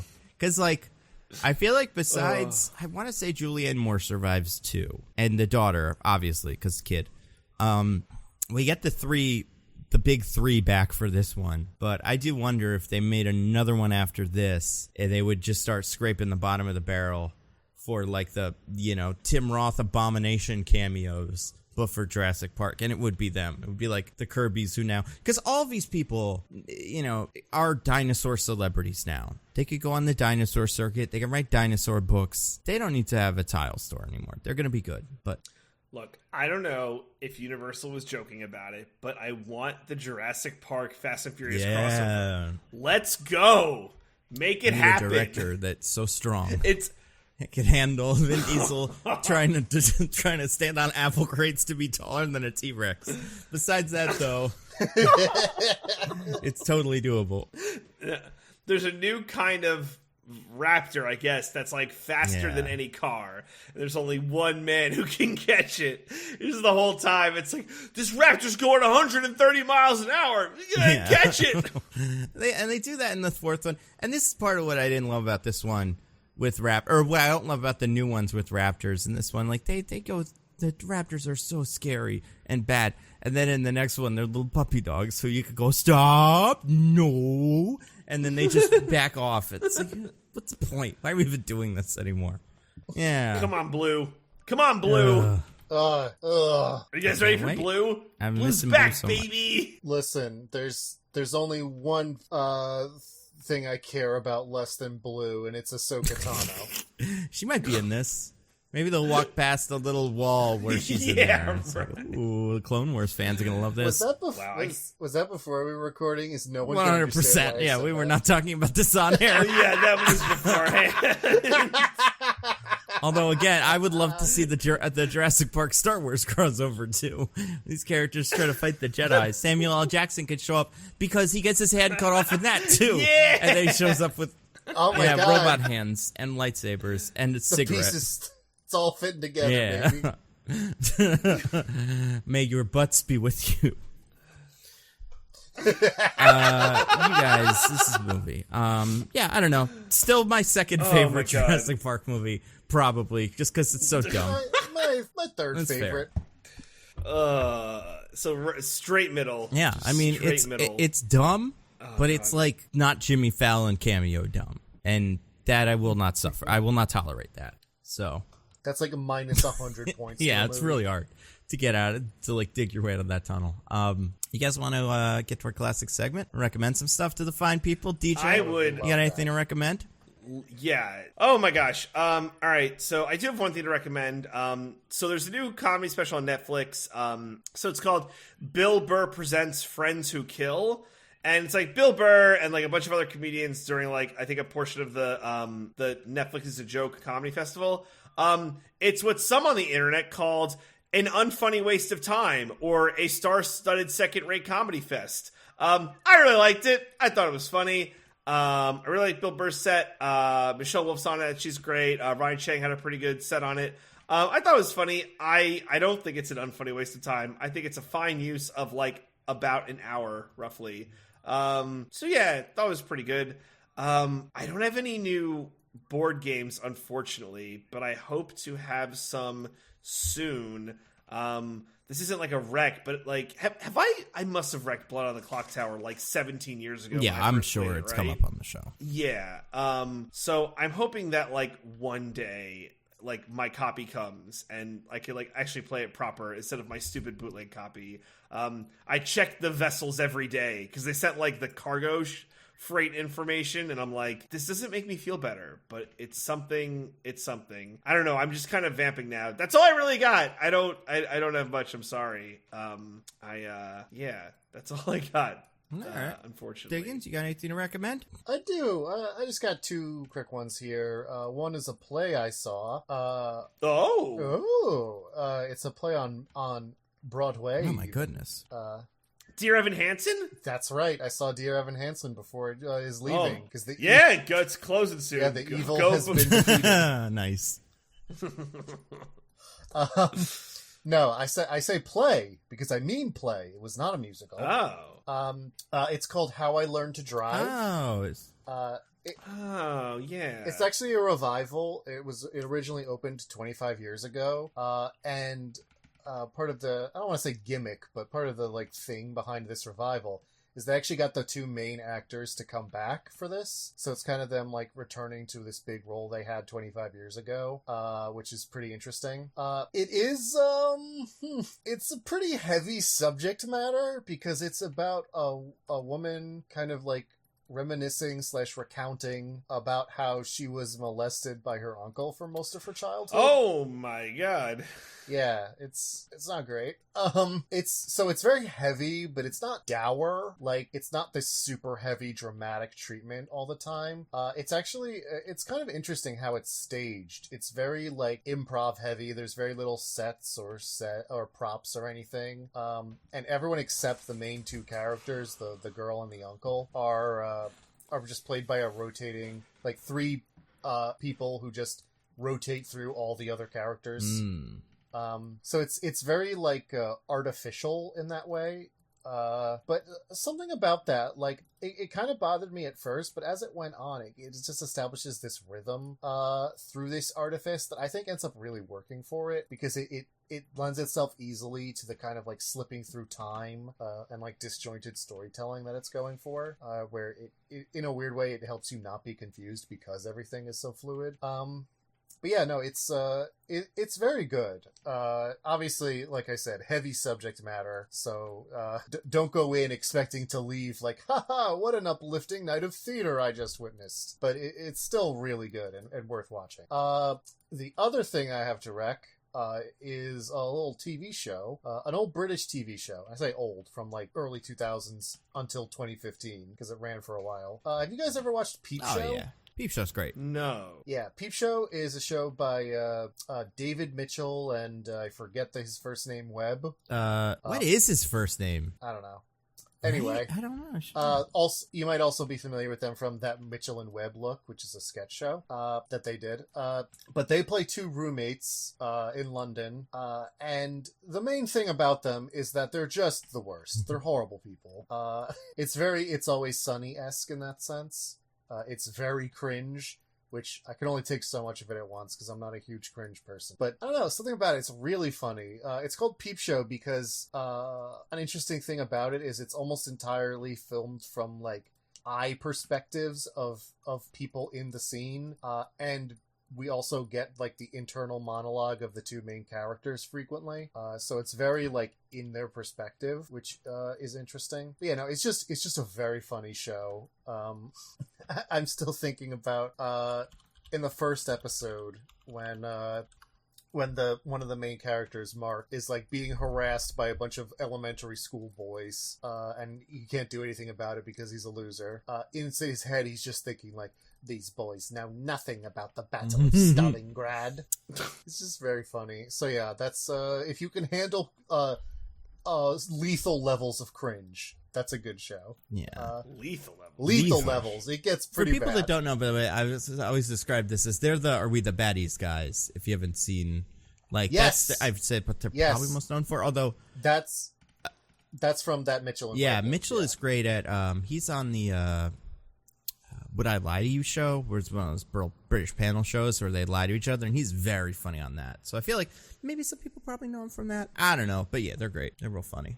Yeah. So, what about you, Nando? Do you have anything to recommend? I was hoping I'd have more. I haven't had time to watch Miss Marvel yet. I've heard good things, but hey, that's it's a Marvel show for you. It's the first episode. Did that come out? That came out today, the day we're recording this. I've heard good things, and I like that character. I like read her books. Miss Marvel.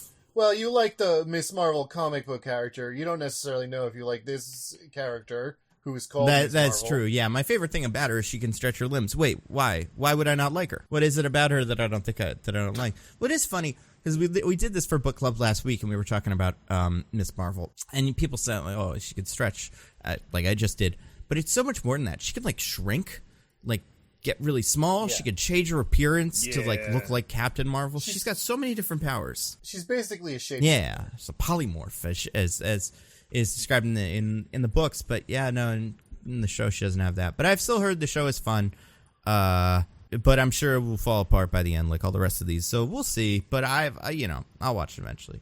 Still watching the Obi-Wan show. Still not ready to recommend that. Oh, you know what came back this week? The Boys is. I don't know if we talked about that last week, but it's incredible. Oh man, that damn it! It is incredible though. It's so funny. God, I do feel like, you know what I watched? I don't think we recommended. I watched the first two episodes of a new show. It's on Hulu. I don't know if it's made for them or they stole it from Canon or whatever. But it's the spinoff of Letterkenny called Shoresy, which is about the incredibly rude hockey player who's played by the main character from Letterkenny, but without you only see him from behind in the show. But, he's just like a big jerk, and he is on a team that stinks, and he brings in some veteran talent to make the team better.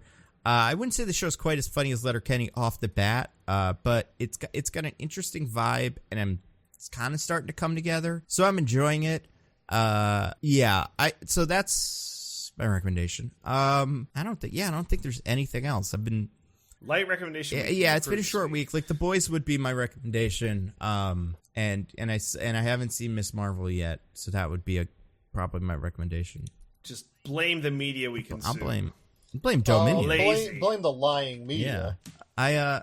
I wish I had other things to recommend. I really don't think I do. I feel like I watched... Oh, you know what? I watched something. I watched a comedy special, because you recommended a comedy special. It reminded me at the time that I had watched one this week that I feel like was floating around YouTube or Reddit or something by some Greek guy. You familiar with this guy, DJ, maybe? Or Diggins, but his name is Stavros Holocaust. Maybe? He looks like Dennis Nedry. And he's got a YouTube channel, and he put up a special, and he's like popular, on the internet in general, because he's funny, and he jokes about things the internet like to talk about, like NFTs and how Elon Musk sucks and stuff.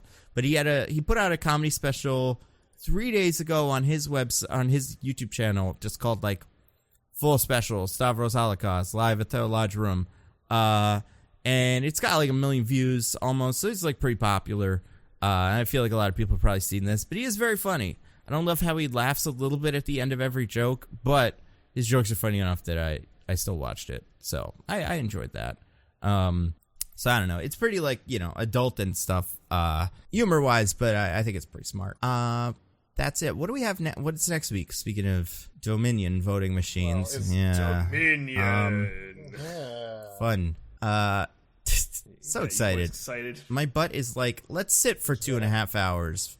That's a good idea. That's what it wants to do. My butt is... Yeah, we get to go back to the theaters, maybe catch the world's famous coronavirus. My butt is clenched in anticipation. That's one thing. Do you think it's finally... I was just saying, we didn't talk about this when we were talking about Jurassic Park 3. Nice 90 minutes. In and out, baby. Cannot appreciate it enough. Tight 90, yeah. The shortest Jurassic Park movie. And the first one's pretty short, too, I want to say. Now, pretty much everyone besides this one is about 2 hours. Oh, really? Hours. Okay. But yeah, this one is 2.5 hours, and that's too many hours for me for a Jurassic Park movie where the Avengers don't all show up at the end. Like, that's the only thing I'll watch a 3-hour movie for, although I still haven't seen that RRR movie. We'll figure that out.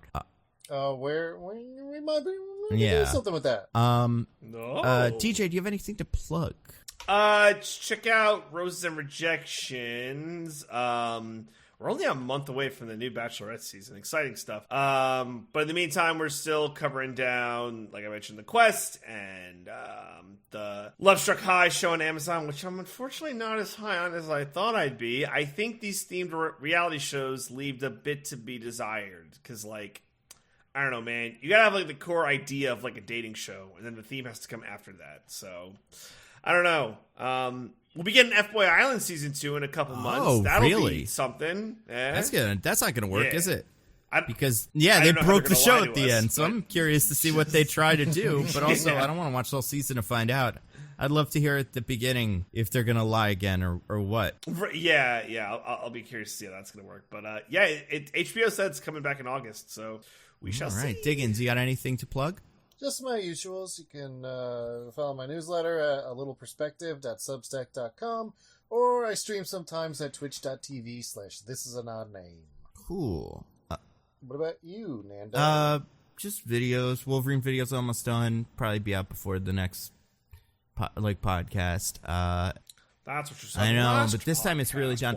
And I put it's on Patreon now, so that's how you really know.